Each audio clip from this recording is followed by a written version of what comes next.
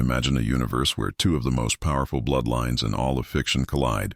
A world where the boy who lived carries not just the burden of defeating the darkest wizard of all time, but also the weight of the most tragic family in the galaxy. Today, we're exploring what would happen if Harry Potter was born a Skywalker. And trust me, the implications are absolutely mind-blowing. Picture this. The night Voldemort attacks Godric's Hollow. But James and Lily Potter aren't just ordinary wizards. They're descendants of a lineage that stretches back through generations, across galaxies, to Anakin Skywalker himself. That lightning bolt scar on Harry's forehead. It's not just a mark of dark magic. It's awakening something far more ancient, far more powerful. The Force itself courses through his veins, mixing with magical energy in ways the wizarding world has never seen. But before we dive into how this changes everything, we need to understand what it means to be a Skywalker. This isn't just about having cool powers or wielding a lightsaber. The Skywalker bloodline is marked by prophecy, by an almost gravitational pull toward destiny, and most dangerously, by an inherited susceptibility to the dark side. Every Skywalker has faced the temptation of darkness. Anakin fell to it completely, becoming Darth Vader. Luke teetered on the edge in that throne room aboard the second Death Star. Even Rey, in the sequel trilogy, struggled with the dark power within her. Now take that inherent struggle and transplant it into Harry Potter's world. A world where a piece of Voldemort's soul literally lives inside him, whispering, tempting, pulling him toward darkness. The connection Harry has with Voldemort in the original story is already intense, but imagine that connection amplified by Force sensitivity. Every time Voldemort feels anger, Harry doesn't just feel a pain in his scar. He feels the dark side surging through him, calling to him, promising power beyond imagination. Let's start at the very beginning. Harry is still orphaned, still left on the Dursleys' doorstep by Hagrid and Dumbledore. But something is different from the very first night. Baby Harry doesn't just cry when he's hungry or uncomfortable. Objects in the house begin to float when he's upset. Not from accidental magic alone, but from force ability he can't control. The Dursleys are terrified not just of magic, but of something they can't even begin to understand. Vernon Dursley sees his nephew levitate toys without even meaning to, sees the way the child seems to sense emotions, and his fear and hatred intensify tenfold. Growing up in the cupboard under the stairs is even more traumatic for a Force-sensitive child. Harry can feel the Dursleys' disgust and hatred like physical waves crashing over him. He knows, truly knows, that Dudley is about to throw a tantrum before the first wine leaves his cousin's lips. He senses Aunt Petunia's bitter jealousy when she thinks about his mother. This empathic connection to negative emotions, combined with neglect and abuse, is exactly the kind of childhood that could turn a Force-sensitive child down a very dark path. It's uncomfortably similar to Anakin's childhood as a slave on Tatooine, isn't it? But there's something else protecting Harry. The same love magic that Lily Potter placed in his blood, the protection that burns Voldemort and Quirrell when they touch him, also acts as a light side anchor. It's like having a piece of Padmé's unconditional love woven into his very being, a constant reminder that he is loved, that he is good, even when everything around him suggests otherwise. When Hagrid arrives to take Harry away from the Dursleys and into the wizarding world, he notices something unusual about the boy. Sure, he's small and underfed and treated terribly, but there's something else. The way Harry seems to know what Hagrid is going to say before he says it. The way he moved slightly to the side right before Hagrid's umbrella accidentally sent a spell flying. Hagrid doesn't know about the Force, but he recognizes instinctive magical ability when he sees it, and this boy has it in spades. Diagon Alley becomes a completely different experience for Harry Skywalker. When he walks into Ollivander's, the ancient wand-maker immediately senses something unusual about this child. Wands fly off shelves before Ollivander can even pull them, drawn to Harry by the Force. The wand selection process, already mysterious and magical, becomes something almost cosmic. When Harry finally touches his destined wand, Holly and Phoenix Feather, twin to Voldemort's, the reaction is explosive. Golden light fills the shop, and for just a moment, Ollivander sees a vision of this boy standing between light and darkness, holding not just a wand, but a blade of pure light. Ollivander's words take on new meaning. "I think we must expect great things from you, Mr. Potter. After all, he who must not be named did great things. Terrible, yes, but great." But he adds something more, something quieter, meant only for Harry's ears. You carry a heavy burden, child. 2 prophecies, 2 destinies. The choices you make will echo across not just our world, but beyond it. The trip to Hogwarts on the train is where we first see Harry's Force abilities manifest in social situations. When he sits in the compartment with Ron Weasley, he can sense Ron's insecurity about his family's poverty, his fear of not measuring up to his brothers. This makes Harry immediately sympathetic and careful with his words, forging their friendship even faster than in the original timeline. When Hermione Granger bursts in looking for Neville's toad, Harry senses her loneliness and desperate need for acceptance beneath her bossy exterior. He sees right through her defensive, know-it-all behavior to the scared girl underneath, and when Draco Malfoy slides open the compartment door with Crabbe and Goyle flanking him, Harry feels something that chills him to his core. Darkness, not evil, not yet, but the seed of it. Anger, fear, and a desperate need for his father's approval radiating off Malfoy like heat from a fire. Harry sees a reflection of what he could become, what any Skywalker could become if they let fear and anger guide them. He still refuses Malfoy's offer of friendship, but there's a sadness to it, a recognition of shared pain that Malfoy doesn't understand but feels nonetheless. The Sorting Hat scene becomes one of the most pivotal moments in this alternate timeline. When the hat settles on Harry's head, it immediately recoils, overwhelmed. "What's this?" The hat whispers directly into Harry's mind. 2 souls intertwined, and power, oh such power. I see courage, yes, plenty of that. Loyalty to those you love, intelligence sharp as a blade, and ambition. My word, the ambition to do great things. But there's something else, something I've never encountered in 1,000 years of sorting. You're connected to everything, aren't you? Every living thing in this castle, you can feel them all. Harry silently pleads with the hat, not just to avoid Slytherin, but to help him be good. I don't want to go dark, he thinks desperately. My family, my bloodline, there's so much darkness in it. Please help me stay in the light. The Sorting Hat is quiet for a long moment before responding. You are not your ancestors, Harry Potter. Neither those who wielded magic nor those who wielded the Force. You are your own person, and you will make your own choices. But I will place you where you will find the support and friendship you need to stay true to yourself. Gryffindor! The Great Hall erupts in applause, but Dumbledore watches from the head table with eyes that seem to see far more than they should. The headmaster has lived a long life and learned much about ancient forms of magic. He recognizes Force sensitivity when he sees it, though it's been generations since the last Force-sensitive witch or wizard walked these halls. He knows he will need to watch this boy carefully, guide him precisely, because the combination of magical and Force ability in someone so marked by prophecy could either save or doom them all. Harry's first-year classes become fascinating when you add Force abilities to the mix. In Charms, Professor Flitwick is astounded when Harry's Wingardium Leviosa doesn't just lift the feather. It makes the feather dance through the air with precision that shouldn't be possible for a first year. Harry isn't just using his wand to direct magic.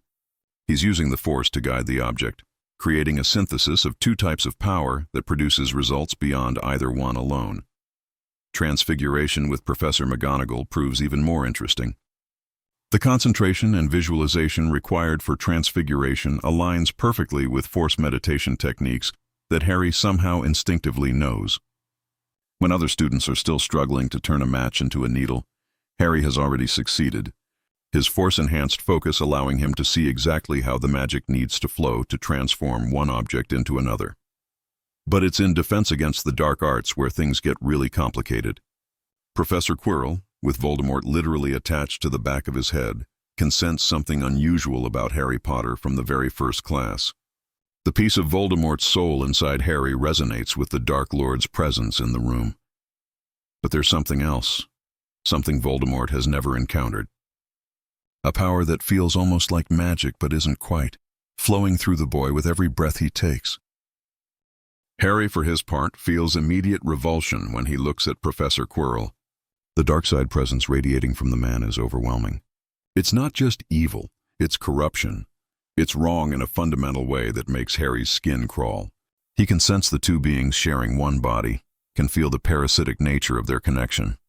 It's similar to how he can sense the dark presence of the Horcrux inside himself, but far more intense, far more immediate. This creates problems during their very first encounter. When Quirrell's turbaned head turns toward Harry during class, Pain explodes in Harry's scar, but it's not just pain. It's a surge of dark side energy that calls to something inside him. For just a moment, Harry feels an urge to lash out with the Force, to crush Quirrell's throat with his mind, to end the threat before it can hurt him. The impulse terrifies him, and he spends the rest of the class white-knuckled and shaking, fighting against that dark whisper in his mind. Hermione and Ron notice Harry's distress, but he can't explain it to them. How can he tell them that he can feel evil radiating from their professor? That there's a darkness inside himself that wants to meet that evil with violence? So he stays silent, but the worry in his friends' eyes shows they know something is seriously wrong. The troll incident on Halloween becomes a perfect example of how Force powers change key events. When Harry and Ron run to save Hermione, Harry doesn't just wave his wand at the troll. As the massive creature raises its club to crush Hermione, time seems to slow for Harry. He reaches out with the Force, feeling the troll's primitive mind, its confusion and anger.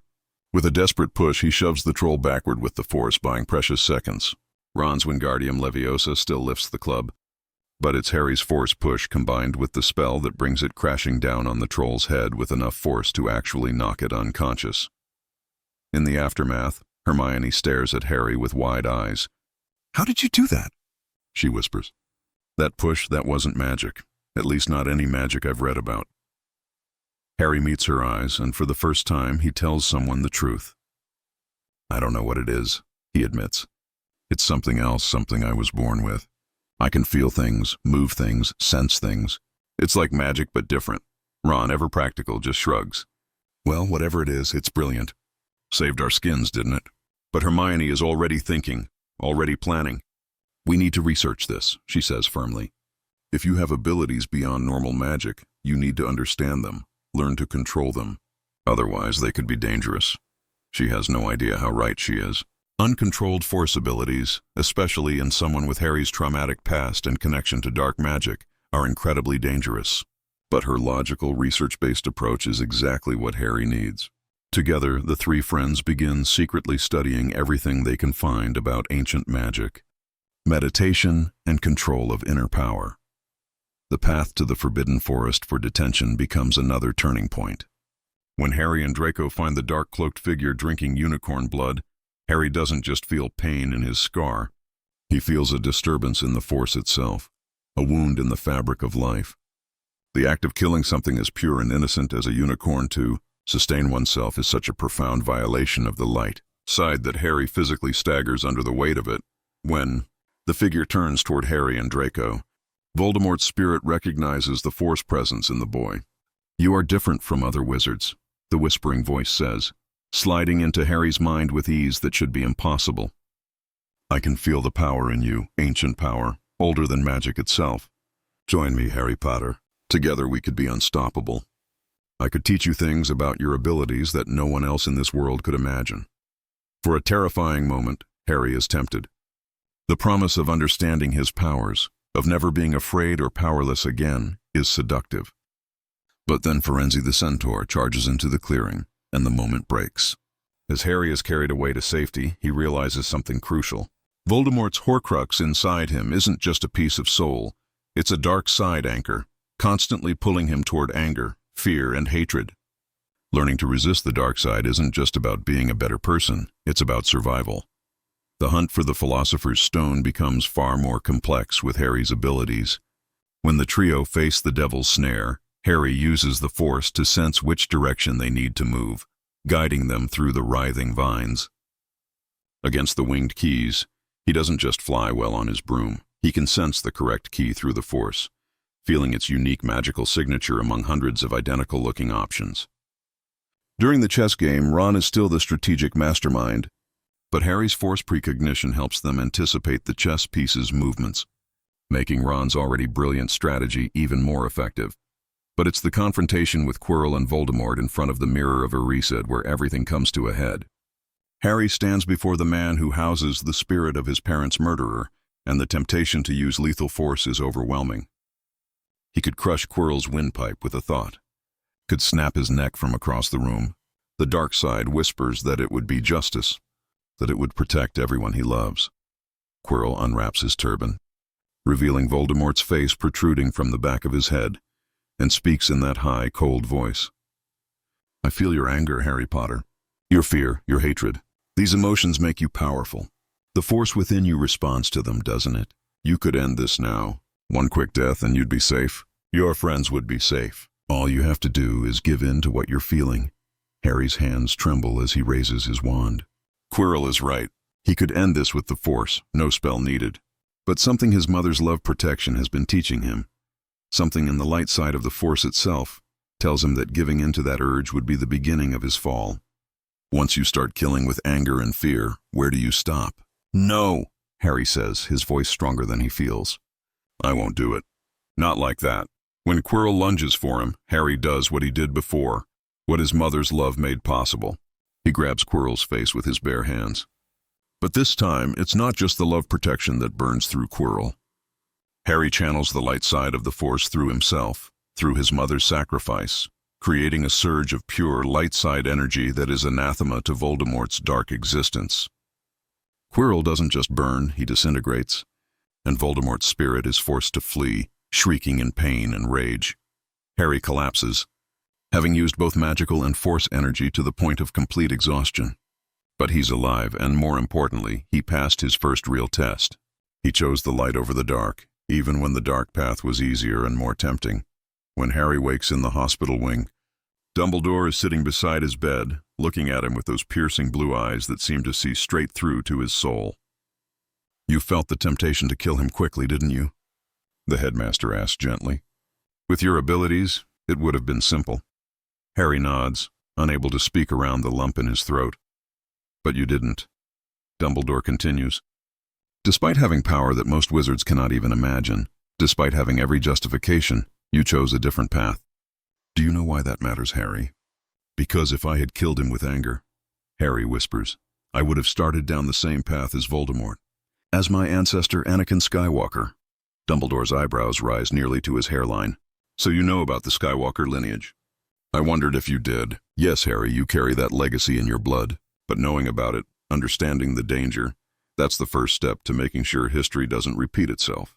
Your ancestor fell to darkness because he was afraid of loss, because he let that fear drive him to terrible deeds. But you, Harry, you felt the pull of darkness and chose love instead. Chose the light.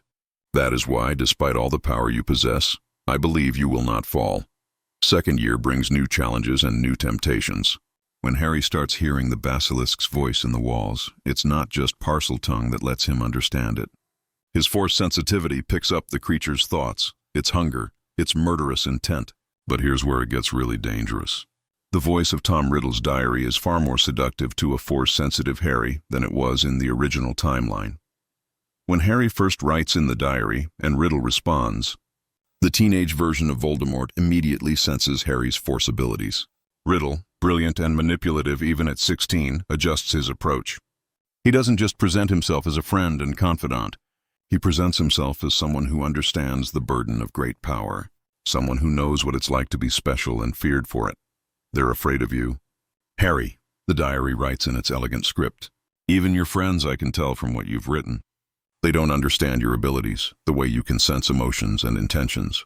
They never will. Only someone like me, someone who also possesses extraordinary power, can truly understand what you're going through.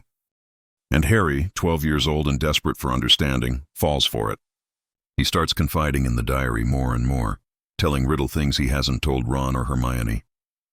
How he sometimes feels the darkness inside himself, the anger that makes him want to lash out with the Force. How terrifying it is to feel other people's emotions all the time, to know when people are lying or afraid or hateful. How sometimes he wishes he was just normal, just an ordinary wizard. Riddle uses all of this, weaving a web of manipulation that's even more effective than in the original story. When he shows Harry the memory of Hagrid and the spiders, Harry believes it because Riddle has positioned himself as the only person who truly understands. It's Hermione, brilliant and observant as always, who notices that Harry is acting strange, pulling away from them and seeming distracted all the time.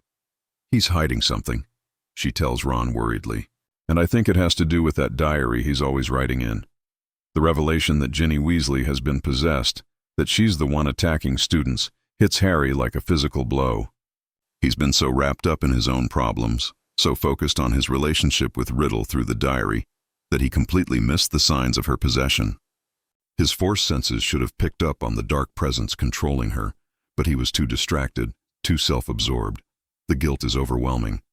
Harry feels like he's failed spectacularly, like his powers are useless if they can't even protect his best friend's little sister. When he rushes into the Chamber of Secrets to save Ginny, he's not just fighting to save her life. He's fighting to prove to himself that he's not a complete failure. The confrontation with the memory of Tom Riddle in the chamber is intense in ways the original never was. Riddle, now manifesting from the diary with Ginny's stolen life force, looks at Harry with a mixture of curiosity and contempt. "I've been inside your head through the diary.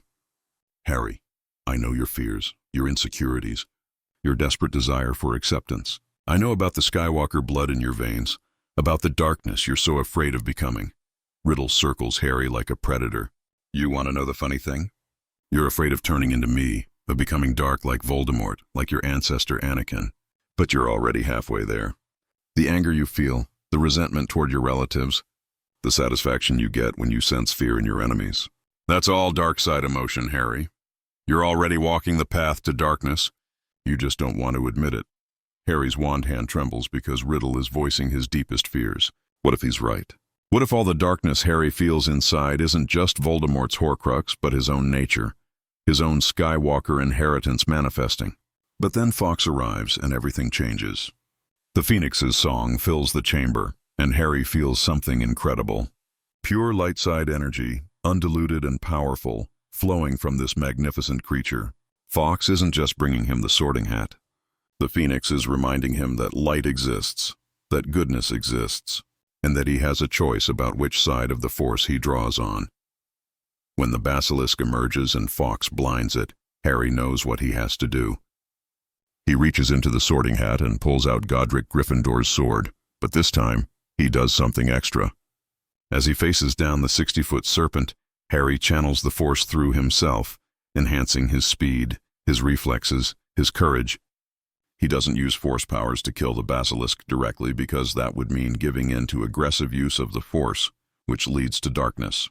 Instead, he uses the Force defensively, to protect himself, to move faster, to strike truer.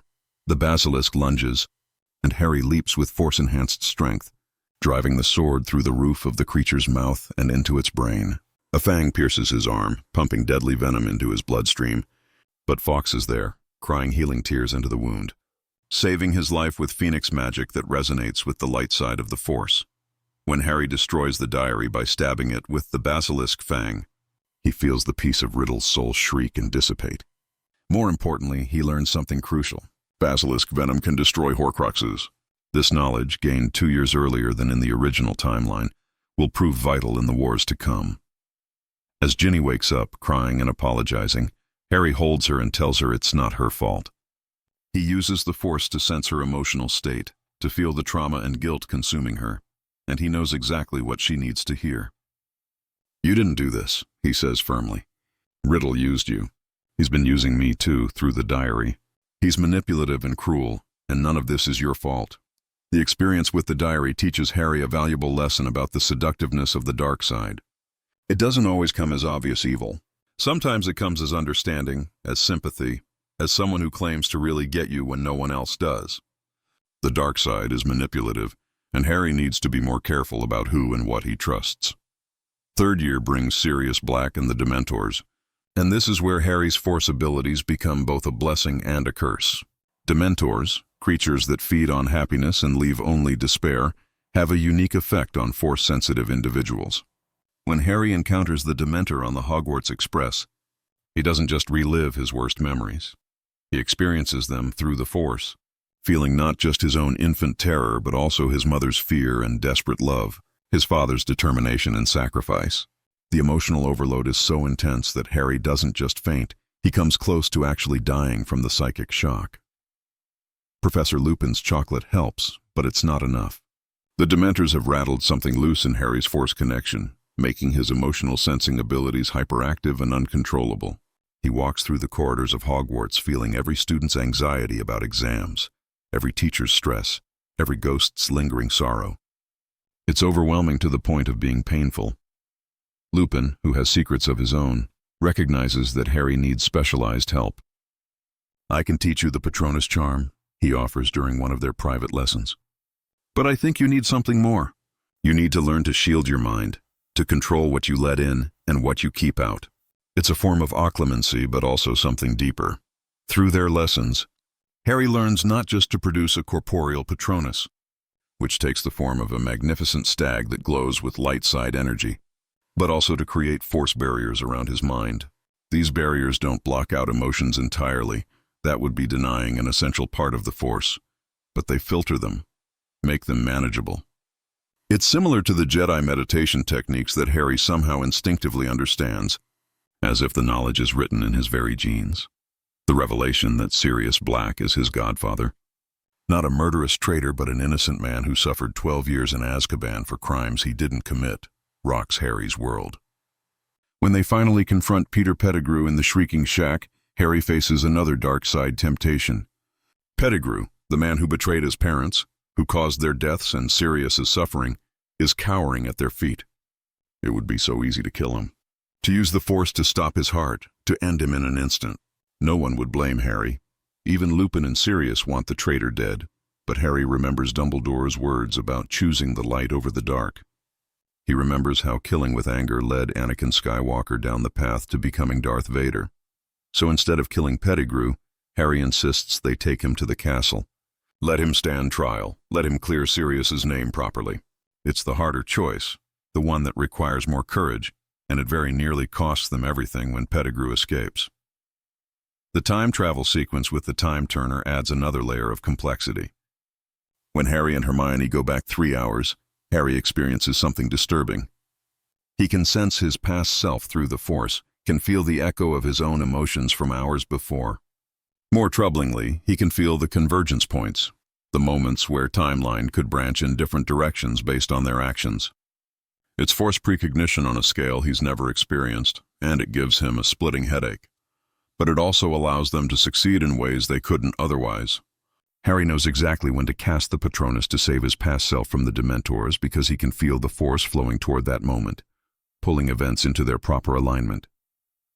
When he produces the corporeal Patronus that drives away over 100 Dementors, it's not just his confidence in himself, it's his conscious choice to draw on the light side of the Force, to channel hope and love and protection through his magic.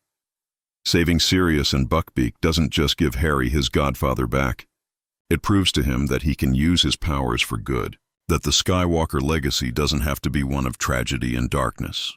He makes a promise to himself that night, watching Sirius fly away to freedom on Buckbeak's back. He will not fall to the dark side. He will not become Vader. He will find a way to be both a wizard and a Force user without losing himself to darkness. Fourth year in the Triwizard Tournament present Harry with challenges that test every aspect of his combined abilities. When his name comes out of the Goblet of Fire, Harry's Force senses immediately tell him something is wrong. Someone manipulated the goblet, someone with dark intentions, and that someone is close by, in the castle, watching and waiting. Harry just doesn't know who. The first task against the Hungarian Horntail becomes a perfect showcase of how Force abilities can enhance wizard skills. Harry's strategy of summoning his firebolt still works, but with Force enhancement, his flying reaches levels of precision and speed that shock even professional Quidditch players in the audience. He doesn't just dodge the dragon's fire. He senses it coming through the Force a split second before it happens, always staying one move ahead. But it's during the second task that Harry's Force abilities really shine. Underwater, unable to speak or cast spells verbally, Harry relies heavily on the Force to sense the locations of the hostages, to detect the approaching Grindylows and the suspicious absence of other champions. When he decides to save not just Ron, but also Fleur's sister and an unconscious Hermione, it's partly because his Force empathy won't let him leave innocent people in danger, even if it costs him the win. Throughout the year, Harry's connection to Voldemort through the Horcrux grows stronger as the Dark Lord regains power. Harry experiences visions through the Force that are far more vivid and disturbing than mere scar pain. He sees through Voldemort's eyes, feels the Dark Lord's hatred and anticipation, and worst of all, sometimes feels his own emotions beginning to mirror the darkness he's sensing. When Voldemort tortures Wormtail for a failure, Harry doesn't just see it. He feels a flicker of satisfaction at Pettigrew's pain, and that terrifies him. The third task maze becomes a psychological nightmare for a Force-sensitive Harry. The maze itself seems to pulse with dark energy, and Harry can sense that something terrible is waiting at the center. His Force precognition keeps showing him flashes of graveyard, of a dark ritual, of pain beyond imagining. He tries to tell Dumbledore, tries to warn someone, but the visions are too fragmented to make sense. When Harry and Cedric grab the Triwizard Cup together and are port-keyed to the graveyard, Harry's Force senses are screaming danger.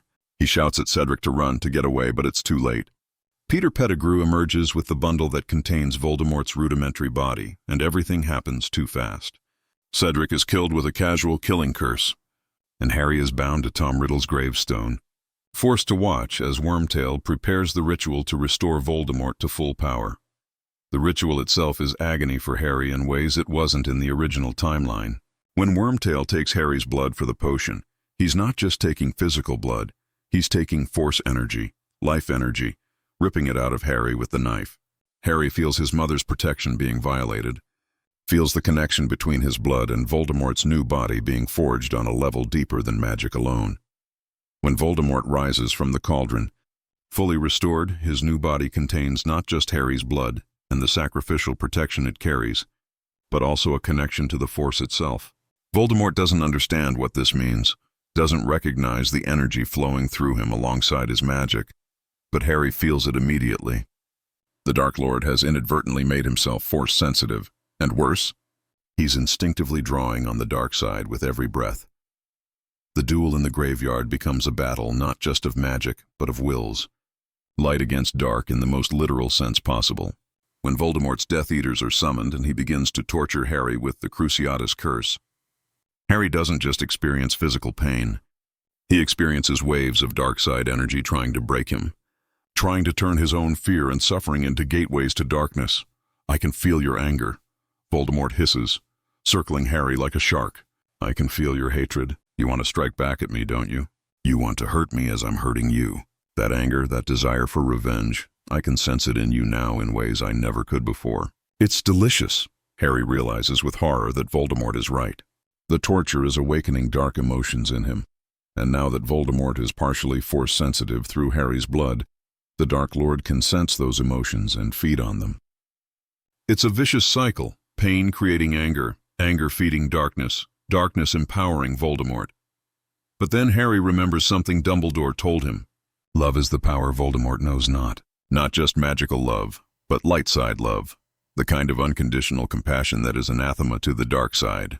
Harry thinks of his mother's sacrifice, of Sirius's fierce protection, of Ron and Hermione's unwavering friendship, and he draws on those feelings instead of his anger. When Voldemort releases him from the Cruciatus, and they finally duel, wands raised, Harry doesn't cast with hatred. He casts with the desperate need to protect everyone he loves from this monster. The Priori Incantatum that results when their twin core wands connect is even more spectacular than in the original timeline because it's not just magical energy connecting them, but Force energy too, creating a web of golden light and power that neither wizard fully controls. The ghostly echoes of Voldemort's victims emerge from his wand. But this time, they're not just shadow imprints of people, they're Force ghosts. Fragments of life energy preserved by the violent nature of their deaths. They're stronger, more substantial, and they buy Harry more time to escape. His mother's ghost doesn't just tell him to run, she wraps him in light side energy, giving him strength for the dash to the port key. Harry grabs Cedric's body and the Triwizard Cup, and in a flash, he's back at Hogwarts, collapsing on the ground in front of the maze entrance, traumatized and bleeding but alive.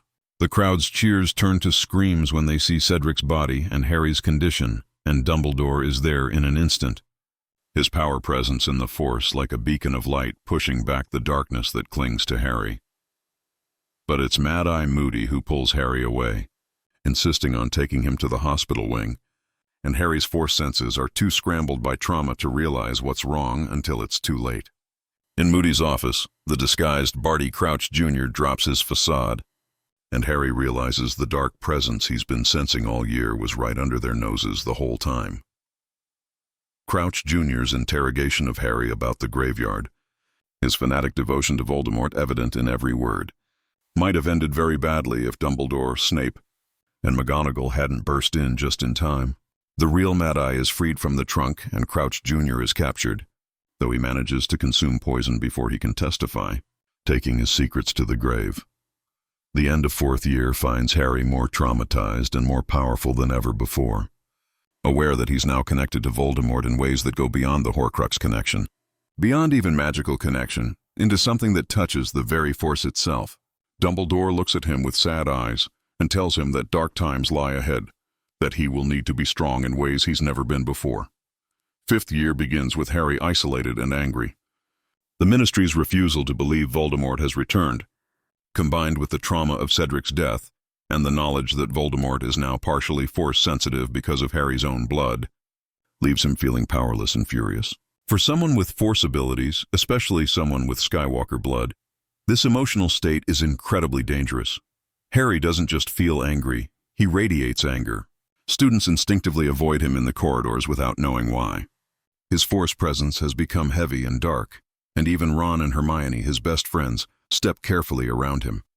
At night, Harry's dreams of Voldemort are worse than ever, mixed with visions that might be his own fears or might be genuine Force premonitions. He sees Sirius dying, sees his friends tortured, sees himself standing over their bodies with eyes gone dark. The arrival of Dolores Umbridge at Hogwarts is like pouring gasoline on a fire. Her sadistic pleasure in inflicting pain, hidden behind a veneer of girlish sweetness, triggers Harry's Force empathy in the worst possible way. He can feel her malice, her genuine enjoyment of cruelty, and it makes him want to hurt her in return. When she makes him write lines with the blood quill that carves words into his own hand, Harry has to physically restrain himself from using the Force to slam her against the wall.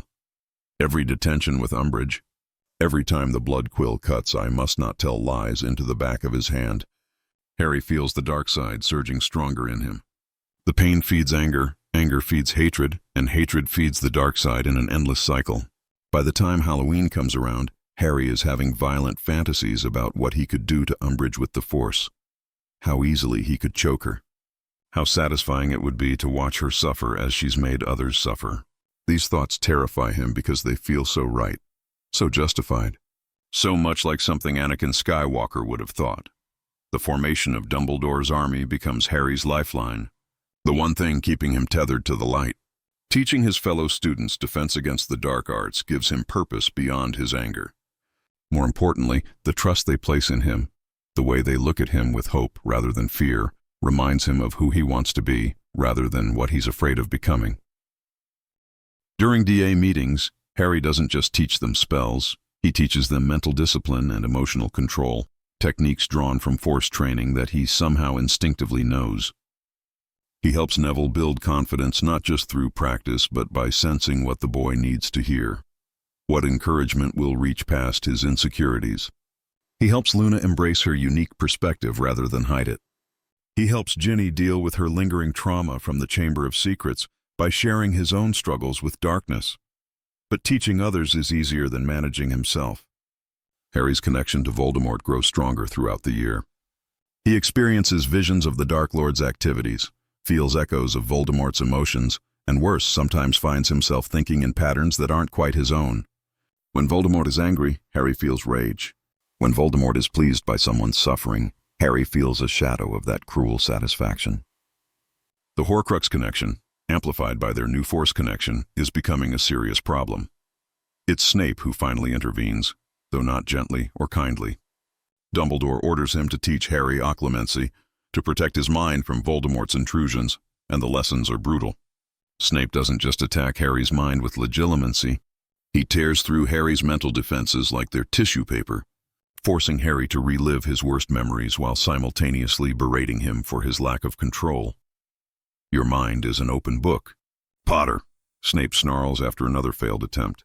Worse, it's an open book with a direct connection to the Dark Lord.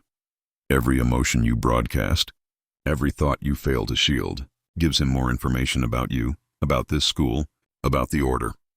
Your lack of discipline isn't just pathetic, it's dangerous. What Snape doesn't say, what he can't say, is that he recognizes something familiar in Harry's struggle. Snape has walked the line between light and dark, has used dark magic and served a dark master before turning back to the light. He sees Harry teetering on that same edge, sees the boy's anger and fear and hatred threatening to consume him, and it terrifies Snape in ways he'll never admit. So he pushes harder, tries to force Harry to build walls through sheer brutal necessity, but Snape's approach backfires spectacularly. Harry doesn't need walls, he needs balance. The Jedi way, the light side of the Force, isn't about suppressing emotion, but about acknowledging it without being controlled by it. By trying to force Harry to bottle up his feelings, Snape is actually making the pressure build higher, making an eventual explosion more likely. The breaking point comes during one lesson when Snape pushes too hard, digs too deep into Harry's memories. Harry snaps, and for the first time he uses the Force aggressively against another person. He doesn't think, doesn't plan, just reaches out with the Force and sends Snape flying backward into a cabinet of glass files. The crash is spectacular, and the look of shock on Snape's face would be funny if the situation wasn't so serious. "Get out," Snape says quietly, dangerously, once he's recovered. "Get out before I do something we'll both regret." Harry flees, but the damage is done. He used the Force in anger, let his rage control him, and it felt good. That's what scares him most. For those few seconds when Snape was flying through the air, Harry felt powerful, felt in control, and felt satisfied. All dark side emotions. All steps down the path Anakin Skywalker walked. Luna Lovegood, of all people, is the one who helps Harry find perspective. She finds him sitting by the lake, staring at the water with dead eyes, and simply sits beside him in comfortable silence. After a long while, she speaks in her dreamy, disconnected way. "You're afraid you're going dark, aren't you? I can see it around you sometimes, like shadows trying to pull you down. But you're also surrounded by light, Harry. You just focus too much on the shadows to notice." Harry looks at her, this strange girl who sees things others don't, and asks, "How do you know I'm not already dark? How do you know I'm not dangerous?" Luna smiles gently. "Because you're worried about it. Truly dark people don't worry about being dark. They embrace it, justify it, make excuses for it. You're fighting it, which means you haven't lost. Not yet." Her words don't fix everything, but they help. Harry starts trying different approaches to managing his emotions. Instead of bottling them up like Snape wanted, he begins acknowledging them, feeling them fully, but then letting them pass through him rather than holding on to them. It's harder than suppressing everything, requires more conscious effort, but it feels right in a way Snape's method never did. The vision of Sirius being tortured in the Department of Mysteries hits Harry with the force of a physical blow. It's not just a dream, it's a Force vision, and it feels absolutely real.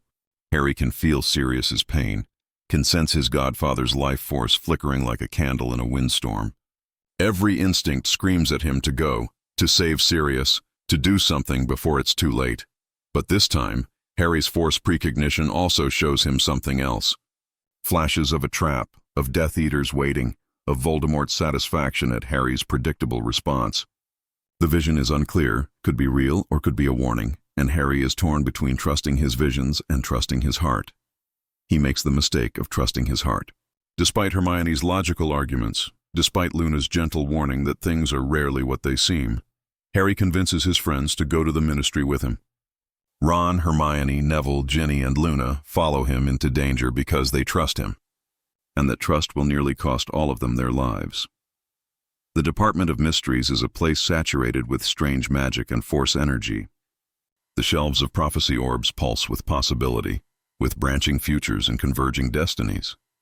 Harry finds the prophecy with his name on it, picks it up with trembling hands, and hears Trelawney's voice speaking of the one with the power to vanquish the Dark Lord, of the boy born as the 7th month dies, of power the Dark Lord knows not. But before he can process the prophecy's full meaning, the Death Eaters appear, led by Lucius Malfoy, and Harry realizes with sinking horror that Hermione was right. It was a trap. Sirius isn't here. Harry has led his friends into a death trap, and it's all his fault. The battle through the Department of Mysteries is chaotic and terrifying. Harry's Force abilities let him anticipate some attacks, help him shield his friends from others. But there are too many Death Eaters, and his friends are all undertrained children. When Hermione is hit with a curse and falls silent, when Ron is affected by the brain things in the tank, when Ginny's ankle breaks, Harry feels each injury like a knife to his heart, and then the door bursts open and the Order of the Phoenix arrives, led by Sirius Black himself, very much alive. For a moment, Harry feels overwhelming relief. They're saved. Sirius is alive. It's going to be okay. Then Bellatrix Lestrange hits Sirius with a curse that sends him falling backward through the veil in the death chamber. And Harry's world explodes.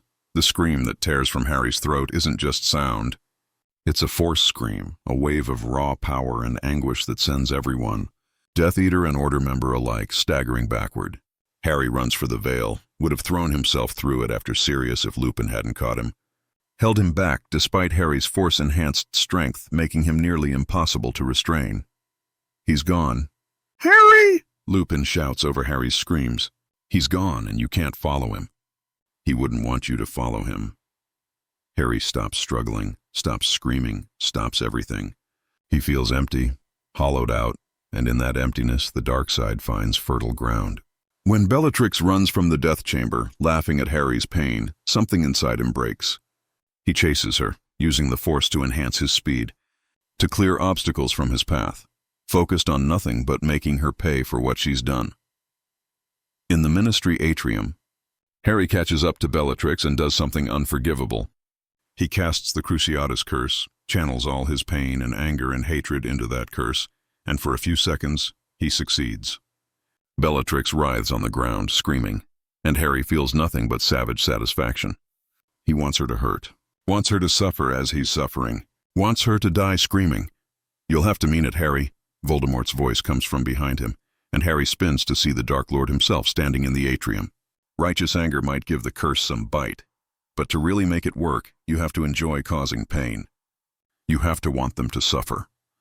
Harry knows Voldemort is trying to manipulate him, trying to push him further toward darkness. But the terrible thing is that part of what the Dark Lord says is true.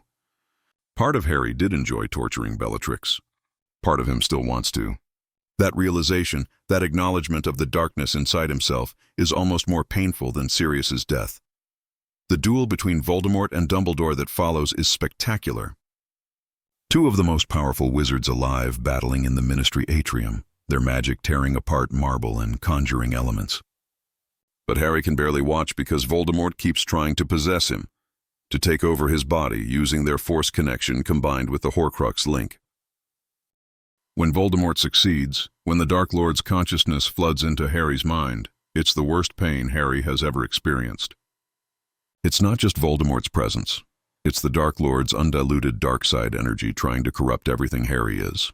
For terrible seconds, Harry feels himself starting to slip, feels the temptation to just let go, to let Voldemort take control and end this agony. But then Harry thinks of Sirius, not his death, but his life. The way he laughed. The way he looked at Harry with such pride and love. The way he spent 12 years in Azkaban and came out still capable of caring about others. Harry thinks of his mother's sacrifice, of his friend's loyalty, of every moment of light and love he's ever experienced, and he pushes back. It's not magical force that drives Voldemort out. It's light side force energy. It's love and connection, and every emotion that the dark side cannot comprehend or overcome. Voldemort shrieks and flees Harry's body, and in that moment, everyone in the Ministry atrium sees him, sees that Voldemort has returned. The secret is finally out. The aftermath of the Department of Mysteries battle leaves Harry shattered in ways that go beyond the physical. He blames himself for Sirius's death, for leading his friends into danger, for falling for Voldemort's trap so completely. The guilt is crushing, and combined with the grief, it pushes him to the darkest emotional place he's ever been. Dumbledore tries to help, finally telling Harry the full prophecy, explaining about the power the Dark Lord knows not being love. But Harry can barely hear him through the static of his own self-hatred. Love didn't save Sirius. Love didn't protect his friends from being injured. Love, Harry thinks bitterly, seems pretty worthless in the face of people like Voldemort and Bellatrix. Summer at the Dursleys is worse than ever because Harry is worse than ever. His force presence is so dark and heavy that people instinctively avoid him on the street. Even the Dursleys, who have never had any idea about the force, can sense that something is wrong with their nephew, that he's dangerous in ways he never was before. Harry spends most of his time alone, replaying Sirius's death in his mind, thinking about all the ways it was his fault. He practices magic in secret, pushing himself harder and harder, and some of the spells he practices aren't light magic at all.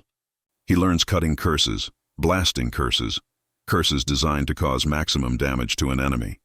He tells himself it's practical, that he needs to be ready to fight Death Eaters, but deep down he knows he's being pulled toward darkness. The only thing that saves Harry during this terrible summer is an unexpected source. Creature, the Black family house elf who Harry had blamed for Sirius's death, appears one day with a letter. It's from Sirius, written before the Department of Mysteries, to be delivered to Harry only if Sirius died. The letter is classic Sirius, irreverent, loving, and brutally honest. Sirius tells Harry that if he's reading this, it means Sirius is gone, and Harry is probably blaming himself. Don't, Sirius writes. I made my own choices, pup. I chose to fight Voldemort. I chose to go to the Department of Mysteries. I chose to duel Bellatrix. None of that is on you. Your only responsibility is to live, to fight when you need to love when you can, and to not become the kind of person who lets darkness win. Sirius also writes about the Skywalker legacy, something he'd researched after learning about Harry's Force abilities. Your ancestor fell because he thought he could control the dark side, use it for good purposes. But darkness doesn't work that way, Harry. It promises power and delivers corruption. Every single time. The fact that you're fighting it, that you're worried about falling, means you're stronger than Anakin ever was. Don't give up that fight. Not for me, not for anyone. Stay in the light, pup. Promise me. Harry reads the letter a dozen times, and slowly, painfully, he begins to climb out of the dark hole he's been spiraling into. Sirius is right. Giving into darkness, becoming bitter and cruel and focused only on revenge, that wouldn't honor Sirius's memory. That would betray everything Sirius believed in, everything he died for. By the time Harry returns to Hogwarts for 6th year, he's made a decision. He's going to hunt down and destroy Voldemort's Horcruxes, going to end the Dark Lord permanently, but he's going to do it the right way. He's not going to let hatred consume him. He's not going to fall to the dark side. He's going to be what Sirius believed he could be, a Force user who chooses light over darkness, even when darkness would be easier. 6th year brings Horace Slughorn and the revelation about Horcruxes. But Harry already knows what they are from his experience with the diary. When Dumbledore shows him the memory of young Tom Riddle asking about Horcruxes, Harry can confirm that yes, Voldemort made them, and yes, Harry has already destroyed one. The diary was a Horcrux, killed with basilisk venom in 2nd year. Dumbledore looks at Harry with new respect and some concern. You've been sitting on this knowledge for 4 years and never told anyone? I didn't realize how important it was, Harry admits. I knew the diary was a piece of Riddle's soul, but I didn't know there were others. How many did he make? Dumbledore's expression grows grave. I believe he intended to create 6, splitting his soul into 7 pieces. 7 is the most powerfully magical number. But with your Force sensitivity, Harry, you may be able to sense them in ways I cannot. Dark objects leave traces in what you call the Force, don't they? Harry nods slowly, understanding dawning. His ability to sense dark side energy, which has been both blessing and curse throughout his life, might be the key to finding Voldemort's hidden Horcruxes. But there's a problem, one Harry hasn't told anyone about yet. The Horcrux inside himself creates a kind of interference, like static on a radio, making it harder to sense other dark objects clearly. Throughout 6th year, Harry struggles with this knowledge. He's carrying a piece of Voldemort's soul inside his head, has been since he was a baby, and every day that fragment whispers to him, tries to corrupt him, pulls him toward darkness.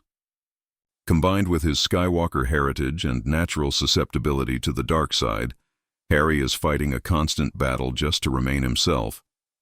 The private lessons with Dumbledore take on new urgency. They don't just review memories of Voldemort's past. They discuss the nature of Horcruxes, how they're made, how they can be destroyed. Harry learns that only certain things can destroy a Horcrux. Basilisk venom, fiend fire, and a few other substances capable of destroying beyond magical repair. Each lesson, Harry feels the weight of his task growing heavier. But 6th year isn't all darkness and preparation for war. There's also Ginny Weasley, who has grown from the shy girl who used to stare at Harry into a fierce, talented witch who doesn't take nonsense from anyone. Harry's Force empathy lets him sense her emotions. and what he feels from her is warmth, understanding, and a quiet strength that draws him like a magnet. Their first kiss in the Gryffindor common room after Ginny leads their team to Quidditch victory is electric in more ways than one. Harry feels not just the physical sensation, but an emotional and force connection that's unlike anything he's experienced before. It's as if their life forces resonate with each other, creating harmony where before there was only Harry's constant internal discord. Ginny understands him in ways most people can't. She's been possessed by a piece of Voldemort's soul, lived through that horror, and came out the other side still whole, still herself. She knows what it's like to have darkness inside you and fight to keep it from consuming you. When Harry finally tells her about his Force abilities, about his Skywalker heritage and his fear of falling to the dark side, she doesn't flinch. "You're not going to fall," she says with absolute certainty. "Do you know how I know? Because you're terrified of it." People who fall to darkness convince themselves they're doing the right thing, that their anger is justified, that the ends justify the means. You question yourself constantly, second-guess every decision, worry about every dark thought. That's not someone on the path to darkness, Harry. That's someone fighting like hell to stay in the light. Her words help, but they can't completely quiet Harry's fears, especially not when his visions of Voldemort intensify throughout the year. Harry sees the Dark Lord searching for something, obsessing over wands and wand lore, trying to understand why his wand failed against Harry's in the graveyard. He sees Voldemort torture Ollivander for information about the twin cores, sees him murder innocent people in fits of rage when he doesn't get the answers he wants. Each vision leaves Harry feeling corrupted, as if Voldemort's evil is seeping into him through their connection.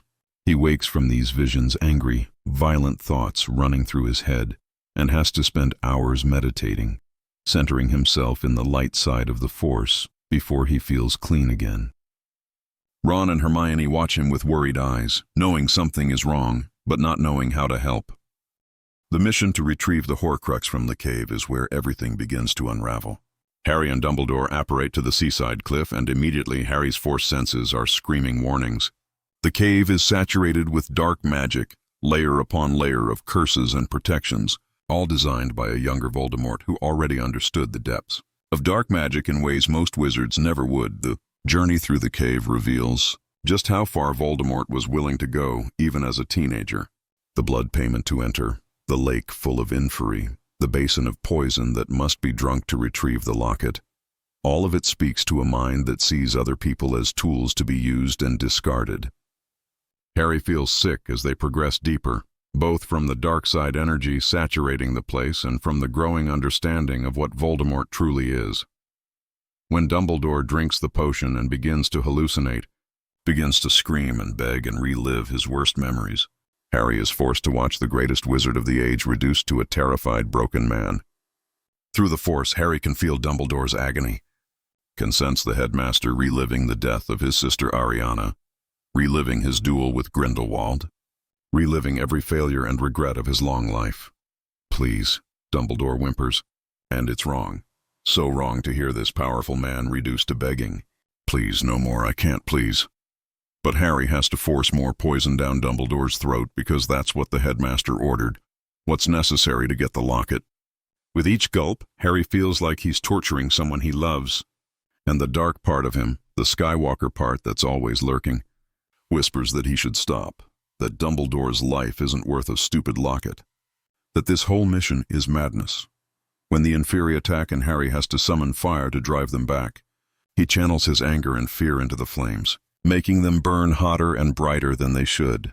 For a moment he teeters on the edge of using fiend fire, the cursed fire that consumes everything, but Dumbledore's training holds. He pulls back from that precipice, uses regular fire enhanced by the Force instead, and they escape the cave alive.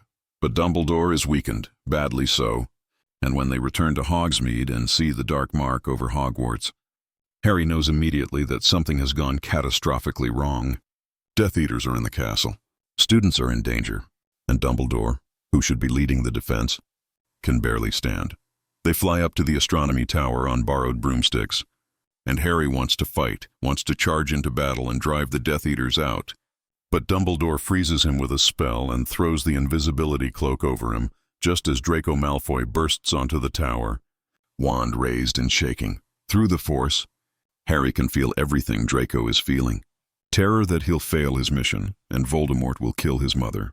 Desperation to find any way out of this situation that doesn't end in murder. Self-loathing for being weak, for not having the stomach to do what the Dark Lord demands. And underneath it all, relief that someone else might stop him, might make the choice for him so he doesn't have to be a killer. Draco stands there for long minutes, wand pointed at Dumbledore's heart, unable to pull the trigger. Other Death Eaters arrive, Amicus and Electo Caro, the werewolf Greyback, and they egg Draco on, mock him for his weakness. Harry is screaming inside, fighting against Dumbledore's spell with everything he has, because he can sense what's coming, can feel the dark presence approaching. Severus Snape walks onto the tower, and Harry feels a surge of relief because Snape is on their side. Snape will save Dumbledore.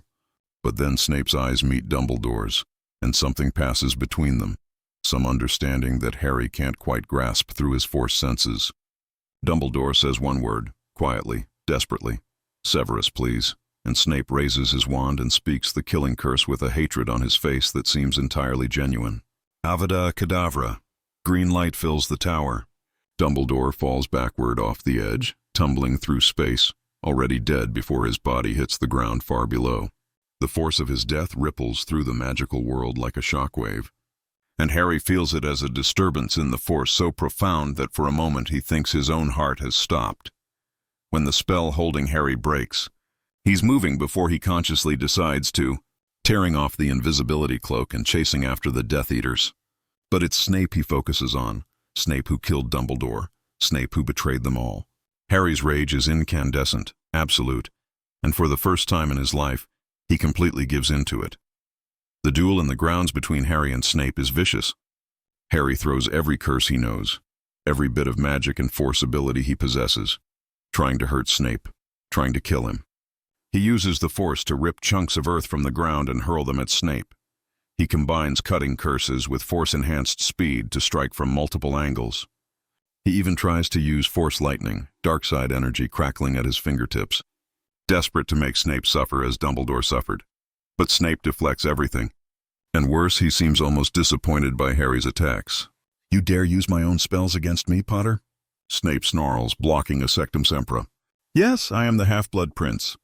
And you would do better to learn some respect. Blocked again and again and again until you learn to keep your mouth shut and your mind closed, Potter." Each word is punctuated by a deflected curse, and Harry realizes with growing fury that Snape is toying with him, that even in his rage-enhanced state, Harry isn't good enough to beat Snape in a fair fight. So Harry stops fighting fair. He reaches out with the Force and tries to crush Snape's windpipe, tries to choke the life out of him the way he's fantasized about choking Umbridge, the way Darth Vader must have choked countless enemies. For a moment, it works. Snape's eyes widen in surprise as his hands go to his throat, gasping for air. But then he manages to cast a non-verbal counter-curse that breaks Harry's Force grip, and his expression shifts to something that might be horror. "You foolish boy," Snape hisses. "You dare use the dark side against me? You have no idea what you're playing with. Your ancestor fell to darkness through exactly such actions, through convincing himself that using dark powers for good reasons made them acceptable. They don't. They corrupt. They consume. They destroy everything you are. You killed him!" Harry screams, and he can feel the dark side energy pouring off him in waves, making the air around him crackle with barely controlled power. "You murdered Dumbledore, and you're talking to me about corruption?" "I did what I had to do," Snape says coldly. "What I was asked to do. You understand nothing, Potter. Nothing about sacrifice, nothing about impossible choices, nothing about what it costs to walk in darkness while serving the light. But you're about to learn because the path you're on now, the rage and hatred consuming you, that leads only one direction, to becoming exactly what you fear most." Snape disappears with a crack of apparition before Harry can respond, before Harry can tell him that he doesn't care anymore, that Dumbledore's death has broken something fundamental inside him, and he's tired of trying to be good when being good gets everyone he loves killed. The aftermath of Dumbledore's death is devastating for everyone, but especially for Harry. The funeral brings together hundreds of people who loved and respected the headmaster, and Harry stands among them feeling nothing but a hollow rage that won't fade. He can barely hear the eulogies over the roaring in his head, can barely see the white tomb through the red haze of his anger.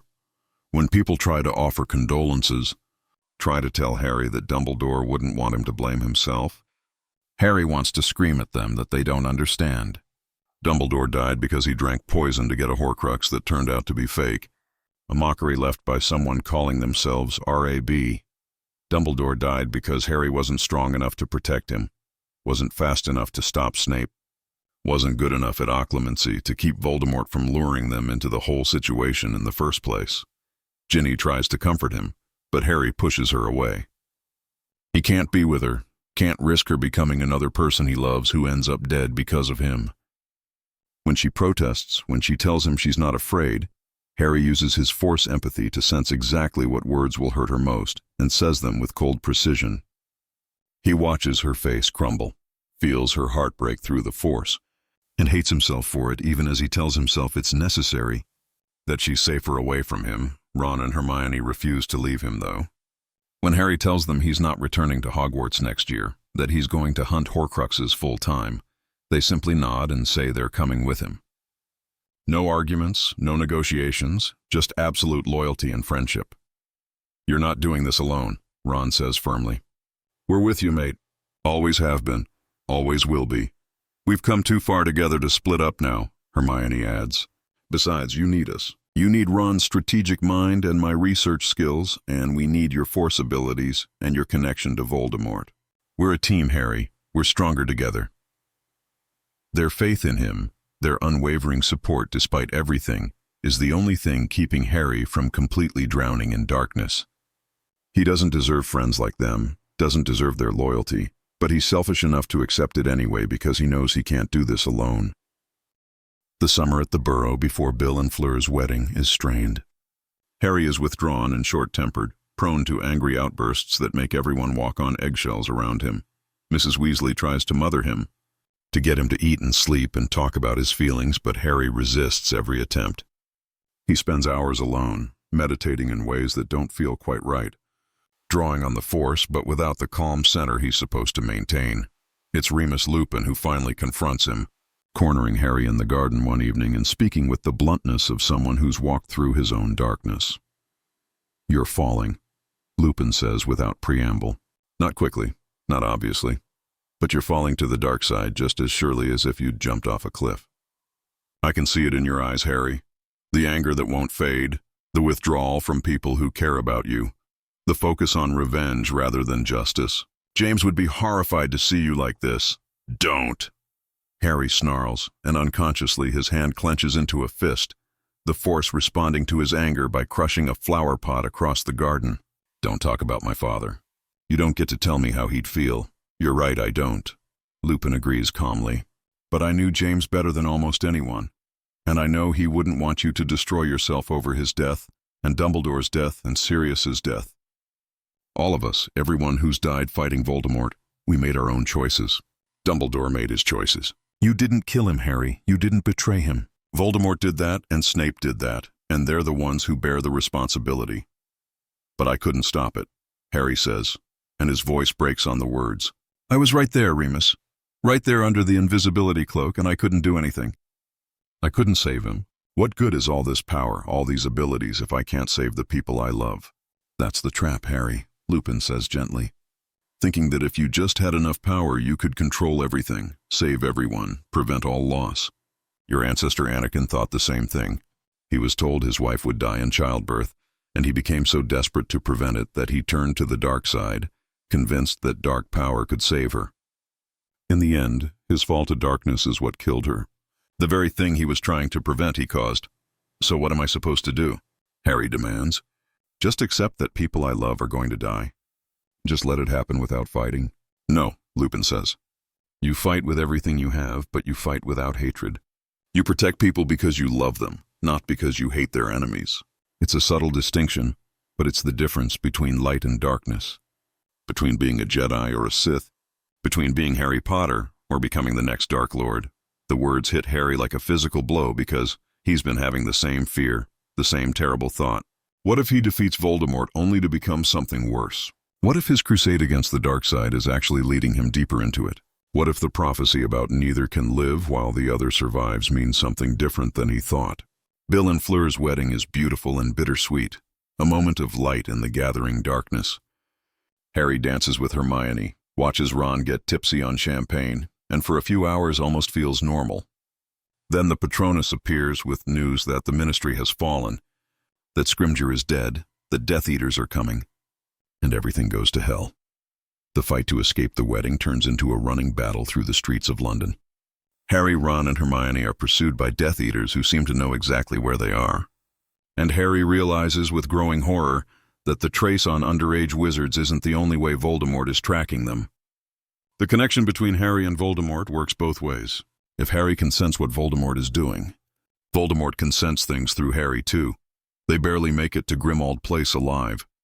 And once they're inside the old Black family home, Harry insists on learning occlumency properly, not Snape's brutal method of bottling everything up, but a technique that combines wizard mind protection with force meditation. He practices for hours each day, building walls around his thoughts while simultaneously acknowledging his emotions and letting them flow through him without drowning in them. It's exhausting work, but necessary. They can't hunt Horcruxes if Voldemort can track their every move through Harry's mind. Slowly, painfully, Harry learns to shield himself, to create a barrier between his consciousness and the connection to Voldemort. The visions don't stop completely, but they become less frequent, less overwhelming. The discovery of Regulus Arcturus Black's story through Creature provides their first real lead on a Horcrux location. Learning that Regulus tried to destroy the locket, that he sacrificed himself in an attempt to thwart Voldemort, gives Harry a strange sense of connection to this long-dead man.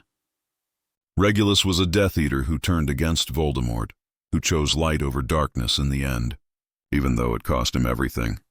He was braver than people knew, Harry says quietly, looking at the fake locket they retrieved from the cave, the one with RAB's note inside. He walked away from power and pure-blood supremacy and everything he was raised to believe in. That takes a different kind of courage than fighting in battle. Finding the real locket becomes their obsession. They follow leads, research the Black family history, and eventually determine that Mundungus Fletcher stole it from Grimmauld Place and sold it to pay off debts. Tracking down Mundungus leads them to the Ministry of Magic, where the locket has ended up in the possession of Dolores Umbridge.